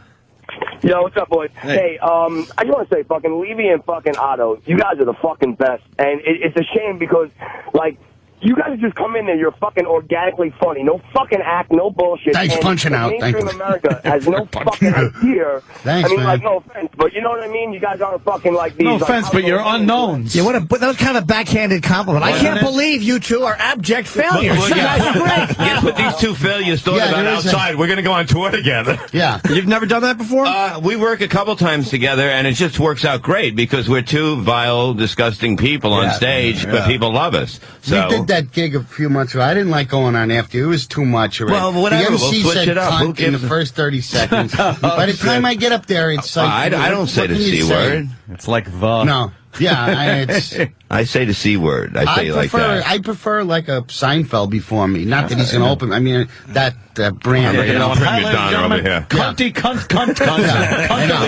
Tonight, Otto and Jerry Seinfeld live at fucking... No, but you want somebody who's different. I know what you mean. Like, I like to have Amy Schumer because she's really funny, but she's totally different. So you want someone different than you in front of you because then it's like not two guys doing the same vibe. Why don't you guys rotate who goes on first? Yeah, it doesn't fucking matter. That's a good fucking show, I'm telling you right now. It is a good show. And he's fucking already whining. We didn't even put it together. Yeah, really. What the fuck? I was watching that fucking Ron White. I mean, he's a good stand-up, but I was like, his audience is, he's filming it like in Texas, and his whole routine is about how people in L.A. suck. Or, of course they're gonna fucking, how safe can you play? Them goddamn street walking, concrete walking, shoe wearing motherfuckers. I understand. We got a book reader. Oh, you did that. You were talking Seventh grade. What? Wait, you did that talking about Jesse Jackson called New York Hymietown. Yeah. Fucking Chris Rock had the greatest line in Comedy's Dirtiest Dozen. He goes, when Jesse Jackson was running for president, he goes, really confused rednecks. They go, all my life I wanted to vote for a Jew hater, turned out to be a nigger. Is that great? Holy. Is that great? Yeah. That's funny. You can't say it. Like, you guys were arguing before about that. I got into a fight with a black guy in the audience because I was busting his balls. Was he And black? he goes, A midget? No, he wasn't a midget this time, so I took him on. And I was just busting his balls. And he goes, that's racist. And I go, don't play that fucking racist card. I go, look, I'm a Jew. I go, what did you do? You picked cotton a few years. I go, we were thrown in fucking ovens. That's a little fucking worse than fucking picking cotton, motherfucker. And the audience was on my side finally, you know? You know how they always turn on you? Like, they're like, oh my God, the fucking crazy white racist. You know what I mean? I'm not... Yeah, like Michael Richards. Yeah, exactly. I'm not yelling. Look how the audience turned on. Well, he didn't know what the the fuck he was doing, but I fucking knew what I was doing, and I fucking turned it on. Why did he call you a racist? Because I was busting his balls. Yeah. Was he any different than anybody else? I go, what makes you different? I go, if you don't want to be different, get 100 like everyone else on the fireman's score to be a fireman, all right? Yeah. Do you want to be a policeman? Get 100 instead of a 90, you know? And I fucking beat his ass down. Wow. Yeah. You know, fuck that shit. I hate this racism shit. Everybody wants to be the same. Women want fucking equal rights. Fuck you. No, Then stop fucking stealing our kids, you fucking cunts. I see my kid 2 hours a fucking week. You know what I mean? Do I got a chance of winning him over? He doesn't want to fucking see me anymore. Shit. It's fucking horse shit. That's a lot of pressure. In 2 hours, you got to make a good impression. You got to make up for all the asshole talk she did about you. Exactly. I'm like, you know what we're going to do today? We're going to go to a baseball game. You're going to meet fucking Howard, Ryan Howard. You know, I'm going to take you to the mall, buy you everything you fucking want, and then you can fuck me in the ass, and I'm going to bring you home. I mean, what can you do in 2 hours to win over all the hate that she gave you the whole week? Why only 2 hours? Because my lawyer's a fucking asshole, and he was a fan of mine. You ever get a lawyer that's a fan of yours? No. That's what I did. And he's like, oh my God, look, it's Bob Levy, and they're taking pictures with me. And next thing you know, I'm living in the basement for fucking 4 years, paying $5,000 a month. Bob, but what is the court saying you did? Because the 2 hours a week, that's... Nothing. That's the thing. He said instead of paying $4,000 a more month. time at the fucking cellar. Well, Norris would get more time than I get. Or on this show. But I'm saying is that... And she kills you if you're late, right? With the check? I haven't... No, like getting the kid back. I'm there early. I get it everywhere early. You shouldn't have pumped any babies out. What the fuck that were you was... thinking? You don't know that the women are going to do this to you afterwards. Yeah. They want to be equal, but they don't want to be equal when it comes to them getting slammed down. Right. She goes, you're going to pay for my lawyer if we go back there. I'm not paying for your fucking lawyer. I go, well, when are you going to stand on your own? You know, it's these fucking women, they're ruining guys, they're ruining kids' brains. That they're growing up, they fucking hate their father. You know, I'm a fucking pretty nice guy when I'm not drunk and on coke. Yes. You know, and fucking doing bumps with the kid. Here you go. A couple more years, right? He's getting there. He's getting there. I was going to get a tattoo of an Ellis's show for fucking, to get him a Tony Hawk bike. You know what I mean? Yeah. And now I'm like, fuck it. You know, I'm not fucking doing this. How much is a Tony Hawk bike? I could have bought it. You know what I mean? But it was just a fact of me doing it for my son. Out of fucking respect. He'll be a teenager soon. He'll come to your shows. Everything will work Come out. to my shows. What kind of then kids I'll go to your realize. show? Why? I was always wondering why Dad's breath smelled like blue cheese. I thought he was just a big salad eater. You still do that? No, I retired. You retired the blue cheese bit? You want to explain to the people that have never seen your Bob, the blue cheese bit? It's classic. At the end, it started in South Carolina with me and Florentine. There was some black chick at the bar, and we were offering her money to eat something out of her ass. So I think we came out with $38. She looked like Whitney Houston. She was pretty hot. Wow. And they had the package of blue cheese. So Jim, squirted in her ass, and I ate it out of her ass. We gave it a $38. And then the next night, it got onto the radio, and the whole audience had like blue cheese bottles. And then it started from there. How many times have you done it? Thousands. No. Oh, yeah. I'm telling you. Thousands. Is that true, Jimmy? Oh, it's definitely. It was certainly Get me a development deal, truthfully. You can't see my son? Yeah. I'm telling you, Thousand Islands reps in here. People can say that. Why don't you sell blue cheese after the show? Now I understand the 2 hours a week, Bob. I know. That has nothing I think to do that might with have it. came up in court. I think I'm going to go with Wishbone. They're going to buy me T-shirts. She would take videos off of YouTube and that shit and try to get me in trouble. I mean, that has nothing to do with fucking me as a person. Use your act. That's the worst. She's a malignant cunt. Language. Wow. This is my home. But I guess I won't be seeing my son. Like, I give up. I can't win him over in 2 hours, so I'm going to wait. How does he treat you? What is he just like, it's like, I go here. My wife got you. He fumbles with the gun as your shot after buying Coke at an Apple stand.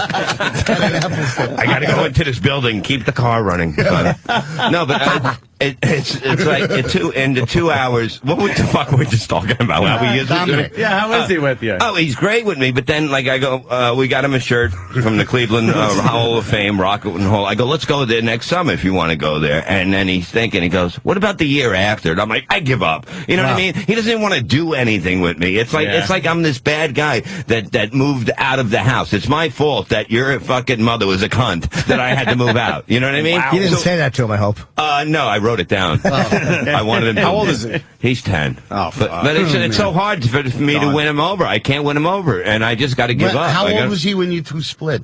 I've been out of the house for like 3 years, and I've lived in the basement for like 4 before that. So, I mean, I tried to stay as long as I can to raise my son.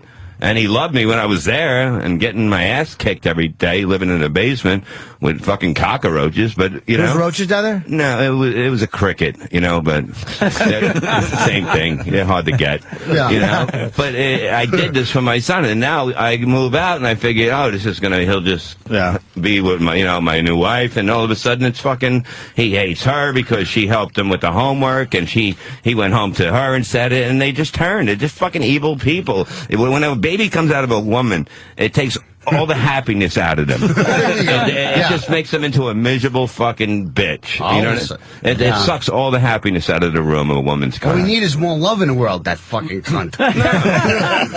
It's the truth, man. Ask any divorced fucking guy that's suffering and paying all this money for what?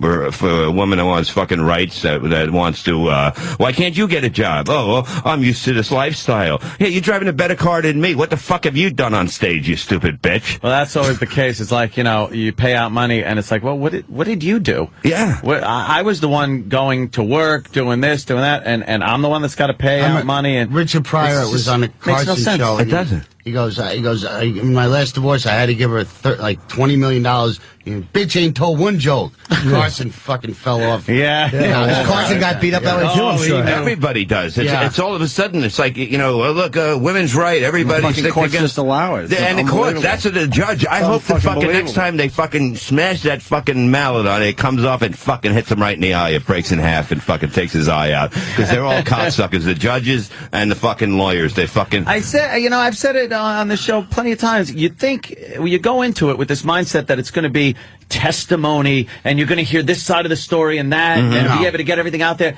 It's all pre-calculated slide rule. You're just there for fucking, to watch yourself get fucked. Exactly. Because they already have it all figured out. Divorce is a formula for them. Yeah. You made this much, she was this many years, this, that, here, pay her this. And you can't even go like, look, Your Honor, I'd like to explain how the situation. Explain what? Sit here. You pay this. Shut the fuck up. Get out. Exactly. And then she goes, I need a little more than what the formula is. Yeah, exactly. A little more. Oh, and they'll let her talk and exactly, get more, because she can't lose her lifestyle that I created for her. Accustomed to. Yet your lifestyle that you became accustomed to can go down the shitter. Oh, yeah. I gotta chop smaller lines now. I'm drinking Mr. Thrifty vodka. So my kids can go to college. I'm drinking Gordon's vodka. Fucking God damn, man. Thrifty vodka. You guys got a tour together. Oh, we got to figure it out. I got to bring my own booze to the clubs from now on. Remember we have to sneak in booze to clubs because fucking in the beginning? Fucking women. You're a funny guy, though, man. Nobody's faster with an ad lib. You fucking kill me. I love you. The vodka line was pretty damn good, though. That was. Yeah, I mean, come on. Sounds like a real case of frickin' frack. Oh, put on your bunny suit. I fucking whacked off to that picture. How did you not? My fucking bulge was very impressive. This stupid bunny suit. He's cute. Yeah. He's cute. I said I wish you were here. I should have been blowing somebody at the end of The Shining. Oh, yeah. Come on, Ma. I don't want to put this on. Exactly. Put on your little piggy mask and fucking suck someone's dick at the Overlook. Hey, nigga. When Nicholson, when he goes a nigger cook, he almost sounds like Paul Lynn. He goes, a nigger. He almost does a little fucking Charles Nelson Riley there. A nigger. Every time that part comes on in that movie, it's great. just like, God damn, Nicholson delivers that line. Oh, it's great. How the fuck did he do It's that? the whole idea of the conversation is that there's been a little avocado spill. Oh, yeah. And now I have to quietly talk you into murdering your wife in some of an axe. Let me get this little water, sir. Yeah. It's just, I like the fact that he goes, I know you. You're Delbert Grady. You chopped your wife and your daughters up, and then you blew your brains out. Yeah. Like, gotcha. I don't recall that. I don't recollect that at all. Gonna go to the goose liver pate soiree. What does he call it? A goose? The goose and duck soiree. Soiree. He's just kind of talking Let me just take my bourbon and avocado right back to the bar. They're all fucking well dressed in suits and tuxedos. He's dancing through in a fucking like a burgundy denim jacket, unshaven. I like how he goes. His son needs a talking to, perhaps a bit more. Oh, it goes from talking to him to chopping him up with an axe. Yes. No, Delbert didn't have much gray area. Yeah, not even a spanking. We think you should really open the boy up with an axe. Make him eat the coleslaw first. I'm gonna cut him. Yeah, you got ham hocks, 20 legs of lamb, and coleslaw with Greek armpit hair. You got your corn flakes. Worst excuse ever. She's like, how did you know we call him Doc? Well, he looks like a Doc. He looks like a Doc. What's your favorite food? French fries, you honky motherfucker. Who's Tony? He's the little boy who comes in my mouth. It was a great movie. What the fuck? Jesus. You fucking talking about that movie. It's great. I am holding in, by the way, such a shit. I'm not going to Really? Is it gonna be good? Is that why your farts have been like noxious? It's one that starts like, you ever shit, every time you swallow, it passes over the log? Fucking, your farts have been like when you're stuck in that French tunnel where the truck exploded. I can't breathe. It's awful. The air's just going over it now. I've been, it's just, you know? I've been on some car trips with him where it was horrible. It's just horrendous, right? Skunk vomit smell. Oh, fucking, the other day, I'm leaving the garage, and as I'm getting in, I look at the passenger door. He's got it open. His ass is in there, and he's fanning from his ass into my vehicle, and then just shuts the door. And now I'm stuck with Jimmy fart smell all the way down fucking 47. Yeah, I cut a nice fucking gasser in his truck. A little something to take with you. Yeah, here you go. Memories. It was an easy pass. I don't even have to open the window with this easy pass. We lost CBS, by the way. They came in to do a little B-roll during all that really blue material. Oh, really? Oh, yeah. That's right. Instead of B-roll, now it's going to be a featured piece. Yeah, exactly. This is what's happening on your radio station. Pigs. Did you know what happens even on satellite? The most offensive. Shut up. Man, they picked the perfect time to come in here and do a little B-roll. Holy shit. And they fleed. They didn't even say goodbye. I think that was more like N-roll. I have to do an interview with them. Really? It's just, CBS.com. Oh, very good. They probably want to know about really good-looking people in comedy.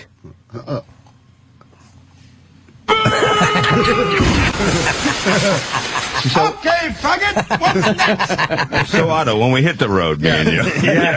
Come back. I didn't do my cunt and Hernandez. Are you doing a gig with Valby? Yeah, I am. You and Valby's good, too. Sorry, Bob, but you're out. Sorry, I don't have a He's piano. too much of a lone wolf. I can't get him to do anything other than... Dude, we tried to get him on that stupid comedy tour of ours, and he'd rather play a shithole in the middle than He's a in strange, the middle of nowhere. strange person. There's a lot of strange people in this We business. love the guy, but Jesus, John, wake up. He told HBO to fuck themselves when they were just starting out and they needed comedians. HBO, of all people. Really? Yeah. What is it? Starland Ballroom on February 19th will be me and John Valby. That's, a week from tomorrow. For reservation, 732-238-5500. Where's the Starland Ballroom? It's a great show. It's Sayville. It's a good rock So you club. should come in here and do a little something, too, next week. Fuck yeah, try to get him in here. Maybe you that come back with afternoon him or Friday. Bring the coleslaw. We don't do afternoons anymore. Friday morning. I'll try for Thursday or Friday morning. I love Valby, man. We love him. I'll tell him he can sleep at my house. That's no problem. I'm sure that's a big sell. I got a picture of him where he's sleeping on the couch waiting to go on our show. Was he really? He just in that big studio we had. He just slept in the corner until we were ready for him. I love him. I love Valby. What I love about him, he'll do a gig on Long Island in the middle of a fucking blizzard and then drive back to Buffalo right after the gig. He never stays. He don't give a shit. right back in the car. He gets Ron to drive him home in that fucking van that looks like it's going to explode at any moment. Maybe he's a crazy OCD or something, you know? He does not fly, and he wants home by Sunday. Wait, he doesn't fly? No, he doesn't fly. He wants to be home for football. He's a big football remember fan. we used to do Buffalo, and you had all that energy from the show, and you go, why go back to the room? Just drive, and then tomorrow you don't spend the whole day in the car. That's true. Yeah, but you know, I don't know.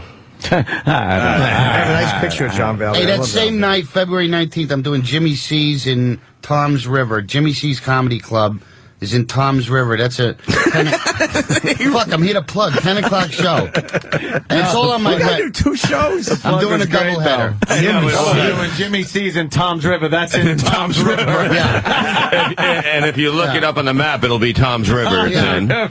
Jimmy C, don't get that pod. Make him a big star. It's perfect for him. Thank Just to show you I'm not a hard. Then Jimmy C comes along with his gig in Tom's River. And you get the hell out of here. He books a ventriloquist just to make me look ridiculous. All right. John Peasy comes in with his puppet. With his puppet and his white makeup charm. I love how Waltz was like, he kind of loosened up. It's like, hey, Tom, you should have told me. And as he's talking, it turns into, now get the hell out of here. Tom's just eating his food. Guy's getting just more pissed off. I know. It started off nice. Hey, Tom, he doesn't react you at should all. have told me who you he just worked goes, for. the Don likes bad news immediately. Thank you for a pleasant evening. And spitting pierogies on me while you were doing your memorized little speech there. And the best part is that Waltz goes, I'm not a hard-hearted man. And they cut it out. But the girl he had fucked upstairs was 12. That little pony birthday party he was involved in, I don't think they cut that out. But that's what Waltz was doing when Tom Hagen arrives. He's having a party for one of his big stars. He's giving this 12-year-old girl a pony. And then he walks away and he goes, my kraut, my friend. And then later in the apartment, you see that girl's mother making her go into a bedroom. And the girl is crying. So you know he had fucked a 12-year-old girl. That's in the book. The book tells you that too. But the movie originally that would have made Waltz a lot more despicable. But that's cut out of the movie. But they did shoot it, and you can see it on the DVD extras. I wonder why they cut it out. Oh, they shot the scene. Oh, yeah, you could see it. You could see the girl. You could see it. Yeah, so you know he was fucking this little girl. I wonder why they cut that, though. Don't know. I mean, who needs fucking a bunch of boners in the theater? And the Luca Brasi fucking baby in the fucking... in the furnace store. What he did in that book, they could never film. It was too brutal. Shit. Yeah, horrible. Wow. Yeah, what a fucking... You never got the picture of how brutal Luca Brasi was. Because he's dispatched almost immediately in that movie. What a great strangulation. He's a dummy, and then he gets choked. I know. He thinks he's being all wise and shit. Yeah. You know, I want to work for you. That's why he goes, I hope your first child is a masculine child, because he is... The girl that had a daughter, and he threw it in the fucking furnace. Yeah, why do you want that? Jesus. Don't need a fucking daughter. He said he Luca Brasi, for fuck's sake, throw it in the fire. He said he didn't want his offspring. I'm out of wood. Yeah, truthfully. He didn't want to breed. That was why he did it. He didn't want to breed. Yeah, he didn't think his offspring should be. He was wise. That's a big dummy. I could have put him up for adoption, but fuck it. I know, Luca really didn't handle that well. Apparently he was pro-life, no abortion. He didn't believe in abortion. Little white girl, it was easy to get rid of, you know. Yeah, come on. It's called Angelina and Brad or something. Don't encourage him. Don't encourage him. Can I get some water in here? I know. Where's our staff? Where's E-Rock? Most of them didn't make it in today. How about some water for our guests? Water for the guests, though. That was a real mustache? Stupid picture. No, come on. Wow, you look nuts. He does. Well, those are birthday announcements on local TV. It's a whole thing the fans are doing. It's classic. Crazy with him. He looks like the Greek guy doing the cold slow. People speculate that. You get the garbage pail and mix. No, deeper. You must touch bottom of pail. Yeah. Here comes your water. Kenny's bringing it in. Yeah. Yes, Can kill you. Kenny is. I never thought you guys would get thirsty. He's gingerly walking the water. Yeah, look at him. You don't want to shake it up. Yeah. The fuck. Hello, Kenny. How are you today? Don't hit me with a flashlight or a slapper. He was teaching us all Kenny, these get on, techniques. Say hi to everybody. We were talking about weapons, and I go, is this legal? And he goes, no. And I'm like, I ordered it. I mean, if you can get it on the web, I mean, it should be legal if it's on the web, right? What is it, an old 50s No, brass knuckles. Yeah. Brass knuckles. knuckles. It's illegal, I found out. Yeah, Kenny, are knuckles. the brass knuckles illegal, Kenny? What are they called in law enforcement? Why can't you have them? Brass knuckles. No, they are an unlawful weapon. Yeah? Yeah. Why is that? Because what other purpose could it have other than shattering every bone in someone's face? It's for protection. Yeah. What if you're walking down the street and a couple... It's good for mixing coleslaw. You put 5 on each hand and mix it very good. Yeah, break up cabbage very good. Yes. Cabbage don't pay in time, you hit the blackjack. You punch first. Punch, very good, you punch. Make a tenderized fish, been here a week. Very good. Yeah.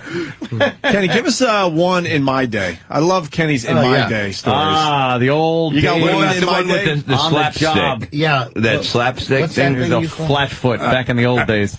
Hypothetically. Hypothetically, yeah, of You course, did of it course. on honeymoons. Cover up your face, Rob. What do you tell me to cover every in his stomach? With a slapper.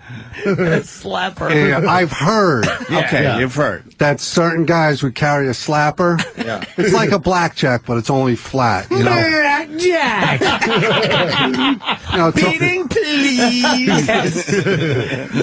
it's a leather strap with a lead ball at the end. Nice. Oh, Right. shit. Yeah. Well, it's good to tune people up. Would it really hurt most suspects? Oh, my God. I'm saying, could a person whack somebody in the head with that thing and they're still fighting? No. I've heard guys. With a blackjack, all you have to do is like this, and you shatter the guy's entire kneecap just by doing that much force. You just touch him with that thing. The whole kneecap. It's like, is isn't the loaded. handle almost like spring-loaded, too? Yeah. Yes, there are spring-loaded ones. Yeah, yeah. Those are called Texas slap-ems. Okay. You've heard. So you've heard. You've that heard. somebody Yeah, may like have one been- time there was a call, and it was a burglary to a house. Yeah. And the cops pulled up, and they found these two guys in the backyard of a house. But really, they were just walking home. They were all fucked up, drunk, coked up, and they went to piss in the guy's backyard. Yeah. You know, they weren't breaking in; they were shit. pissing. Yeah, but pissing. And the cops got startled by him, so they threw him up against the car, and then those guys got a little lippy. So Oh, shit. one cop had a mag light, and the other cop had a slapper. And they were just like trying to get them to comply. Whatever happened, can you get out of the yard, please? Yeah. Put your dick away. Yeah. And the one cop that had the slapper might have hit that guy so many times that he actually busted the seams of the leather strap. No way. And had to take the slapper to a shoemaker to get it stitched up. I was just looking at it, and he ran into my slapper. Yeah. 15 times. And then, must have fallen down. like diligently, how you ask questions after you give him a beating. Right? Because the guy got hit so many times, he just gave up. He just didn't want to get hit no more. Yeah, yeah. Wow. And then, like, we found out it was like an innocent thing. Like, they were just walking home from a Sir, party. we're the landscapers. Someone found No, out. they- We're here to cut the lawn. You just beat the fuck out of us. Yeah, good job. Yeah. Now mow my lawn, you asshole. So then, like, the cops were nice broke my enough. slapper. The cops were nice enough to, like, drive the kids home. You should have seen his nice. pencil and tin cup go flying. But then, like, I heard that the one cop was like really scared because, like, the kid got hit so many times in the head. And he was like all fucked up. What if he like went home and went to sleep and never woke up again? Yeah. You know. So I heard that cop That would be was a like, short bereavement around your precinct. Which guy in that story aren't you? I think he's all three of them. Serial number on the slapper is. This is hypothetically. I got ethics and integrity. Yeah. Thank God he had dropped the small caliber weapon before we hit him. It was untraceable. Yeah. I don't believe in A street chase justice. ensued. Kenny doesn't do street justice, No right? street justice. They're No. like saying ensued and vehicle. Vehicle. Yeah. Yeah. And the perpetrators, they always fell up the steps going into the precinct. Yeah. They did. Very clumsy perps. Yes. How did that happen? It was poor design. And you guys would probably hold on to them to try to help them up the stairs, and they would always fall down. They never shoveled those fucking things. No. they never iced them. Cops are there to protect and serve. Yes. So Walking Tall was a musical comedy for you, right? God damn, Otto. Had a boner watching it. It's like My Fair Lady. You cannot get old school police work like that anymore. Oh, my God. Rodney King ruined the face of police work. They're all scared shitless now, not only losing their jobs, but going to jail. Now you're a cop in jail. You're going, I was just tuning some guy up on my slapper. Because everybody's got phones now. And there's cameras everywhere. That's what it is. You can't beat up people like that anymore. They didn't have cameras in your day, right, Kenny? No. Thank God I'd be in the penitentiary right now. Yeah. Allegedly, they have. Think of how much ass you'd get, though. Big Kenny just fucking new fish. Kenny's a big bottom. Believe me, I'd be the slut of the... I brought my slapper. The C-block slut. Is Yeah. that you? Oh, yeah. They'd all use their black slappers on his face. I couldn't get enough of it. The town pump. He'd have mushroom prints on his cheeks. Hey, we got JD in Black Texas. This is slapper. very strange. JD, go ahead. Yeah, I'm retired now, but we had an old boy that ran from us up this hill, and he really pissed us off. So the day this thing happened, we're taking back to the car. He kept on falling into trees and running into trees, and we took him in front of the magistrate. She said, "What the hell happened to him?" I said, "I don't know. I guess he kept on falling down that whole hill, kept on hitting trees, and that's what he got all the cuts and stuff on him for." I hope the tree's all right. Was it Sonny Bono? Yeah. What's he talking about? Trees. Well, the perp fell into rain. He fell a bunch of times. He caught a beating. No, he fell into the perpetrator fell a bunch of times. A chase ensued wherein me and my partner, there was 2 Caucasians and a white guy. Oh, yeah. All right. Well, you're going to get this phone call, and I think we should. Dan in Denver. Dan? Hello, Opie. Hey, Kenny, it's motherfuckers like you that want us to put hollow points in every fucking motherfucker like you and your stupid fucking bully brothers. You fucking cocksucker. Well, he was saying hypothetically. Kenny was saying he's gone. You scale. What does he mean? Kenny was saying hypothetically. He sounds like he doesn't like police. He doesn't like police. He was fucking justifying shooting cops with hollow points because of your little stories. Yeah. That guy's a white supremacist, you could tell. Yeah. Kenny's unflappable. You're not going to upset him with a phone call. Yes, no. Unless you're pleasant to him. Yeah. That throws him. He doesn't know how to handle it. Yeah. God damn. All right. I don't think it's going to be better than that. Goddamn Kenny and his I love old Kenny's stories. I just picture like the 50s. Oh, man. You know, the old revolvers, snub-nosed revolvers. I mean, you ain't taking me, copper. Yeah. McCluskey had Kenny transferred out of his precinct. Yeah. He doesn't handle himself well. Too cranky. You would Too ask him violent about for me. shotguns before. What kind of shotgun? Like how do you can't shoot a deer with a shotgun, can you? You know, and no, because there would be fucking holes. Well, you shoot how can you miss a deer with a shotgun with the pellets? Really? Yeah. There's no fucking way. And Kenny, what kind of bullets were you saying that are in there? A slug. Yes, in Jersey, you only use a slug. So you can't use the spray and just right, fucking... no buckshot. Who wants to shoot a little fat animal? You know what you could do, though, with buckshot rounds? Yeah. You take right around the brass on the bottom, you take a pocket knife, and you cut the plastic of the shotgun, and then you load the shell in there, blam, the whole fucking thing comes out of the barrel, plastic and all. It's like a howitzer. It's full of shot. The wadding keeps the fucking shot in there, and the plastic full of shot goes flying like a fucking rocket ship. Wow. Oh, it puts giant holes in things. Really? Yeah. It's a lot of fun. Let's say hi to Joe in Florida. Joe? How do you do, Joe? What's up, boys? Hey. Hey, Kenny, did you ever screen test anybody in the back of your car? You mean with the divider? No screen test.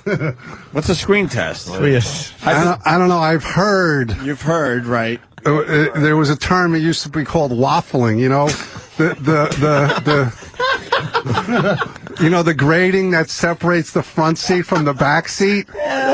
If somebody was in the back seat and they got a little lippy... Oh, God, all these retired murderous cops are all telling them. Waffling.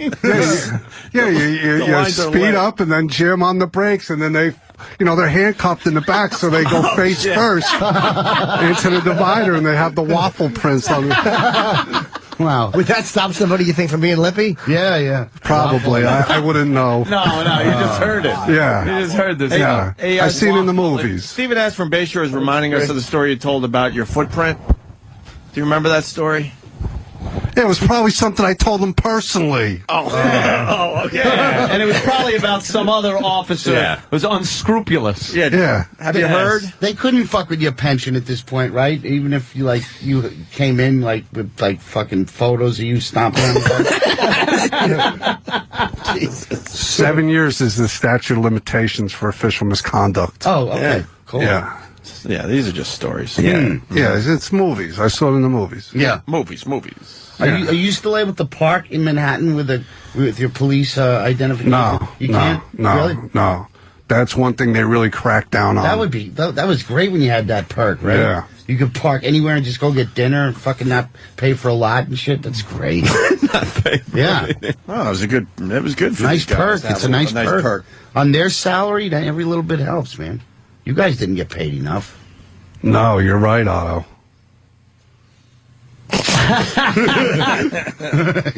right, I think we're going to start with the plugs. Now, Otto, you're coming back next week with Valby. Let's do this. I'm going to get in touch with his people and get him see in what here. happens. I think it's been a couple of years now. Yeah. That would be amazing. He may go to hell, but he's going to go play in the piano. Do we have a piano here? So it makes it easy for We him? might. You can get an organ, one of them organs Yeah, that we can do probably that figure shit. something out. One of the greatest bits ever when he went into that goddamn store. Yeah, Steinway. Have we played that in a while? If we haven't, play it after the break. When we first went to XM. Holy shit. He went in there and showed how great he was on the piano. To purchase 3 Dummies and a Puppet, go to laugh.com. That's me and Valby on a DVD we did together. So you're going to be doing the Starland Ballroom with John Valby next Friday, which is February 19th at 7:30. Yep. It's a great show, man. Otto and Valby. Starland Ballroom. You can go to starlandballroom.com. That's the easiest way. Okay. Levy, what gig? This week I'll be at the Ramada Inn, Levittown, PA, and then Nick's comedy stop in Boston at the end of the month, the last weekend. I have one plug. 18, 19, 20. I'll be in San Francisco, Cobb's. Oh, 3 nights that's there. a cool Next place. weekend. Not this weekend, but next weekend. Next Thursday, Friday, I love and fucking Saturday, San Francisco, man. All right. James, I'll plug your date next week when I come in, you greedy fuck. Yeah, Otto will Comedy come back. shop in Bob will be Pine Brook. coming back. And also we'll be Easy filling guy. in for Pharrell all week with Miserable Men starting Sunday all the way You through. didn't say Pharrell. Well, you guys are mad at it again? I'm all right with I'm him. getting mad. No, he's never said. I'm telling you, he likes you guys. There might be someone in the room that's still holding a grudge. Really? I gotta go pee. Him? Fuck him. Anthony might be holding a grudge, to be honest with Fuck you. Pharrell and his asshole. No, he's never said anything bad. He always said. Oh, please. The guy did nothing but bash us and fucking other people that didn't like us at the time. He's talking to them like we're fucking assholes. Fuck him, two-faced shithead. I can't fucking stand him. Really can't. What are you saying? Yeah, say it fast and in a wacky voice and people will laugh. So like I said, we'll be there from 8 to 12 on Monday to Friday. Zero A little awkward, substance. Bob? Yeah, a little awkward. Fucking asshole. Even Otto left the room. You're one of those rare guys that are doing like both camps, and this is what you got to deal with. You got to deal with this shit. The weird thing is, there's a lot of the players from both camps that get along with each Mad other. Dog But there's Russo. still some problems. Mad Dog Russo There's is a still professional problems. when it comes to sports broadcasting. Fucking Pharrell's a hack. I dig Pharrell He's a over hack. him. I totally. Fuck Pharrell. He's a fucking cocksucking hack. I don't know. I love Fuck him. him. You don't Fuck have to him. defend him. No, I love him. I'm telling you. I He'll love be his all right. style. Yeah, love him. He'll still be all right with Literally, you. literally, do you love him? He's so mad. He's gonna get the slapper. Don't make me get my slapper. It wasn't cool what he did. You know, I mean, there's a lot of guys that feel like to get on in Howard's graces, you got to trash us, and some people they know they don't have to do that. Like I never heard Bob Levy trashing us. He's one guy. Florentine never trashed us, and he does There's no both reason shows. to trash But there's some anybody, people I that think, really you know? feel they have to do that to get in his good graces, and we don't understand that. Here's my line. Here's like my fucking rationalization of this situation. Yeah. I don't care if somebody is a good soldier for a loyal friendship or radio business show thing or whatever. Radio show, whatever. Right. If you're on a certain radio show and you're a good soldier and loyal for them and fuck over us or whatever, I really can't hold a grudge. I'll fucking pound you and say you're an asshole and shit like that, but I won't hold a grudge or anything after the fact. He was a guy, though, that he has, in my opinion, he has no fucking loyalty to anyone but his drunk-ass self. He's a fucking two-faced, backstabbing asshole, and he was just using a situation to try to advance himself at the expense of people that did nothing but help him out, especially at NEW, when they want to throw his fucking drunk, drugged-out ass out of that fucking place, and we actually went to management and stopped that from happening. And then he goes on another show and fucking badmouths us. Take a dick. Take a dick! I don't want to fucking even deal with him anymore. Sponsored by Teddy Bear.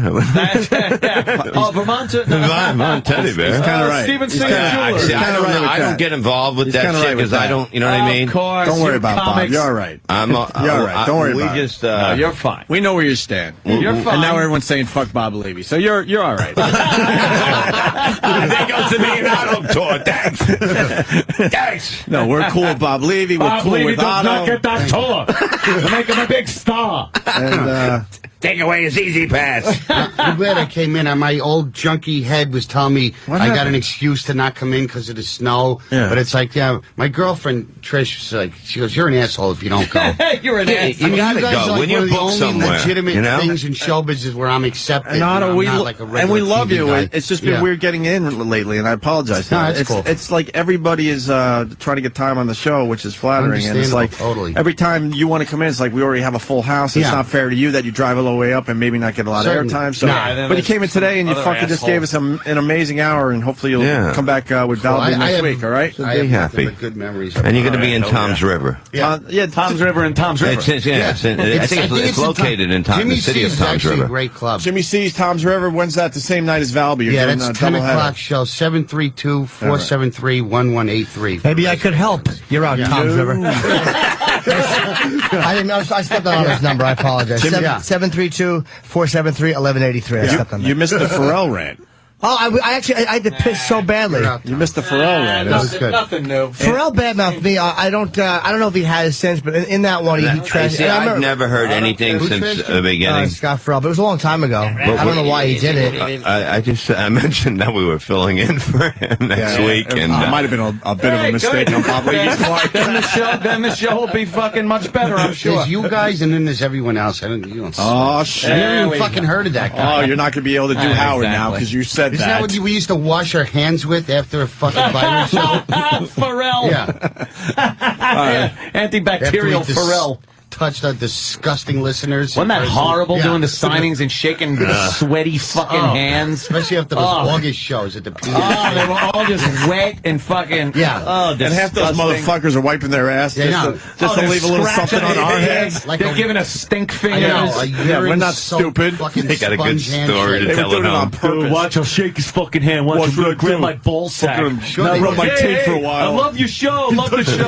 I've been making coleslaw all fucking day. Watch this. Remember that coleslaw the next time you go to a fucking I don't eat the coleslaw at the time. They bring over those pickles and the coleslaw and the bread that no one eats. They bring in the backing and no one fucking comes back out. Directly on it, so there's a little sputum on there. Oh, yeah, because it is in a cup and it's away from. It's like they put it on the table and it's like away, and you know if you don't touch it, they're definitely taking that back. They're not fucking throwing that shit out. Levy, you're not funny anymore now that we know you're on Scott Farrell's side. Oh Jesus!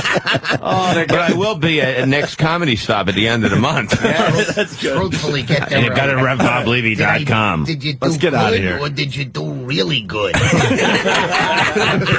I'm telling you, the owner was laughing. All right, I have a little fucked up. Those are all Levyisms. Yeah, Bob is fucking Let's truly fucking nuts. get out of here, Travis. Hit it, All man. right, Matt.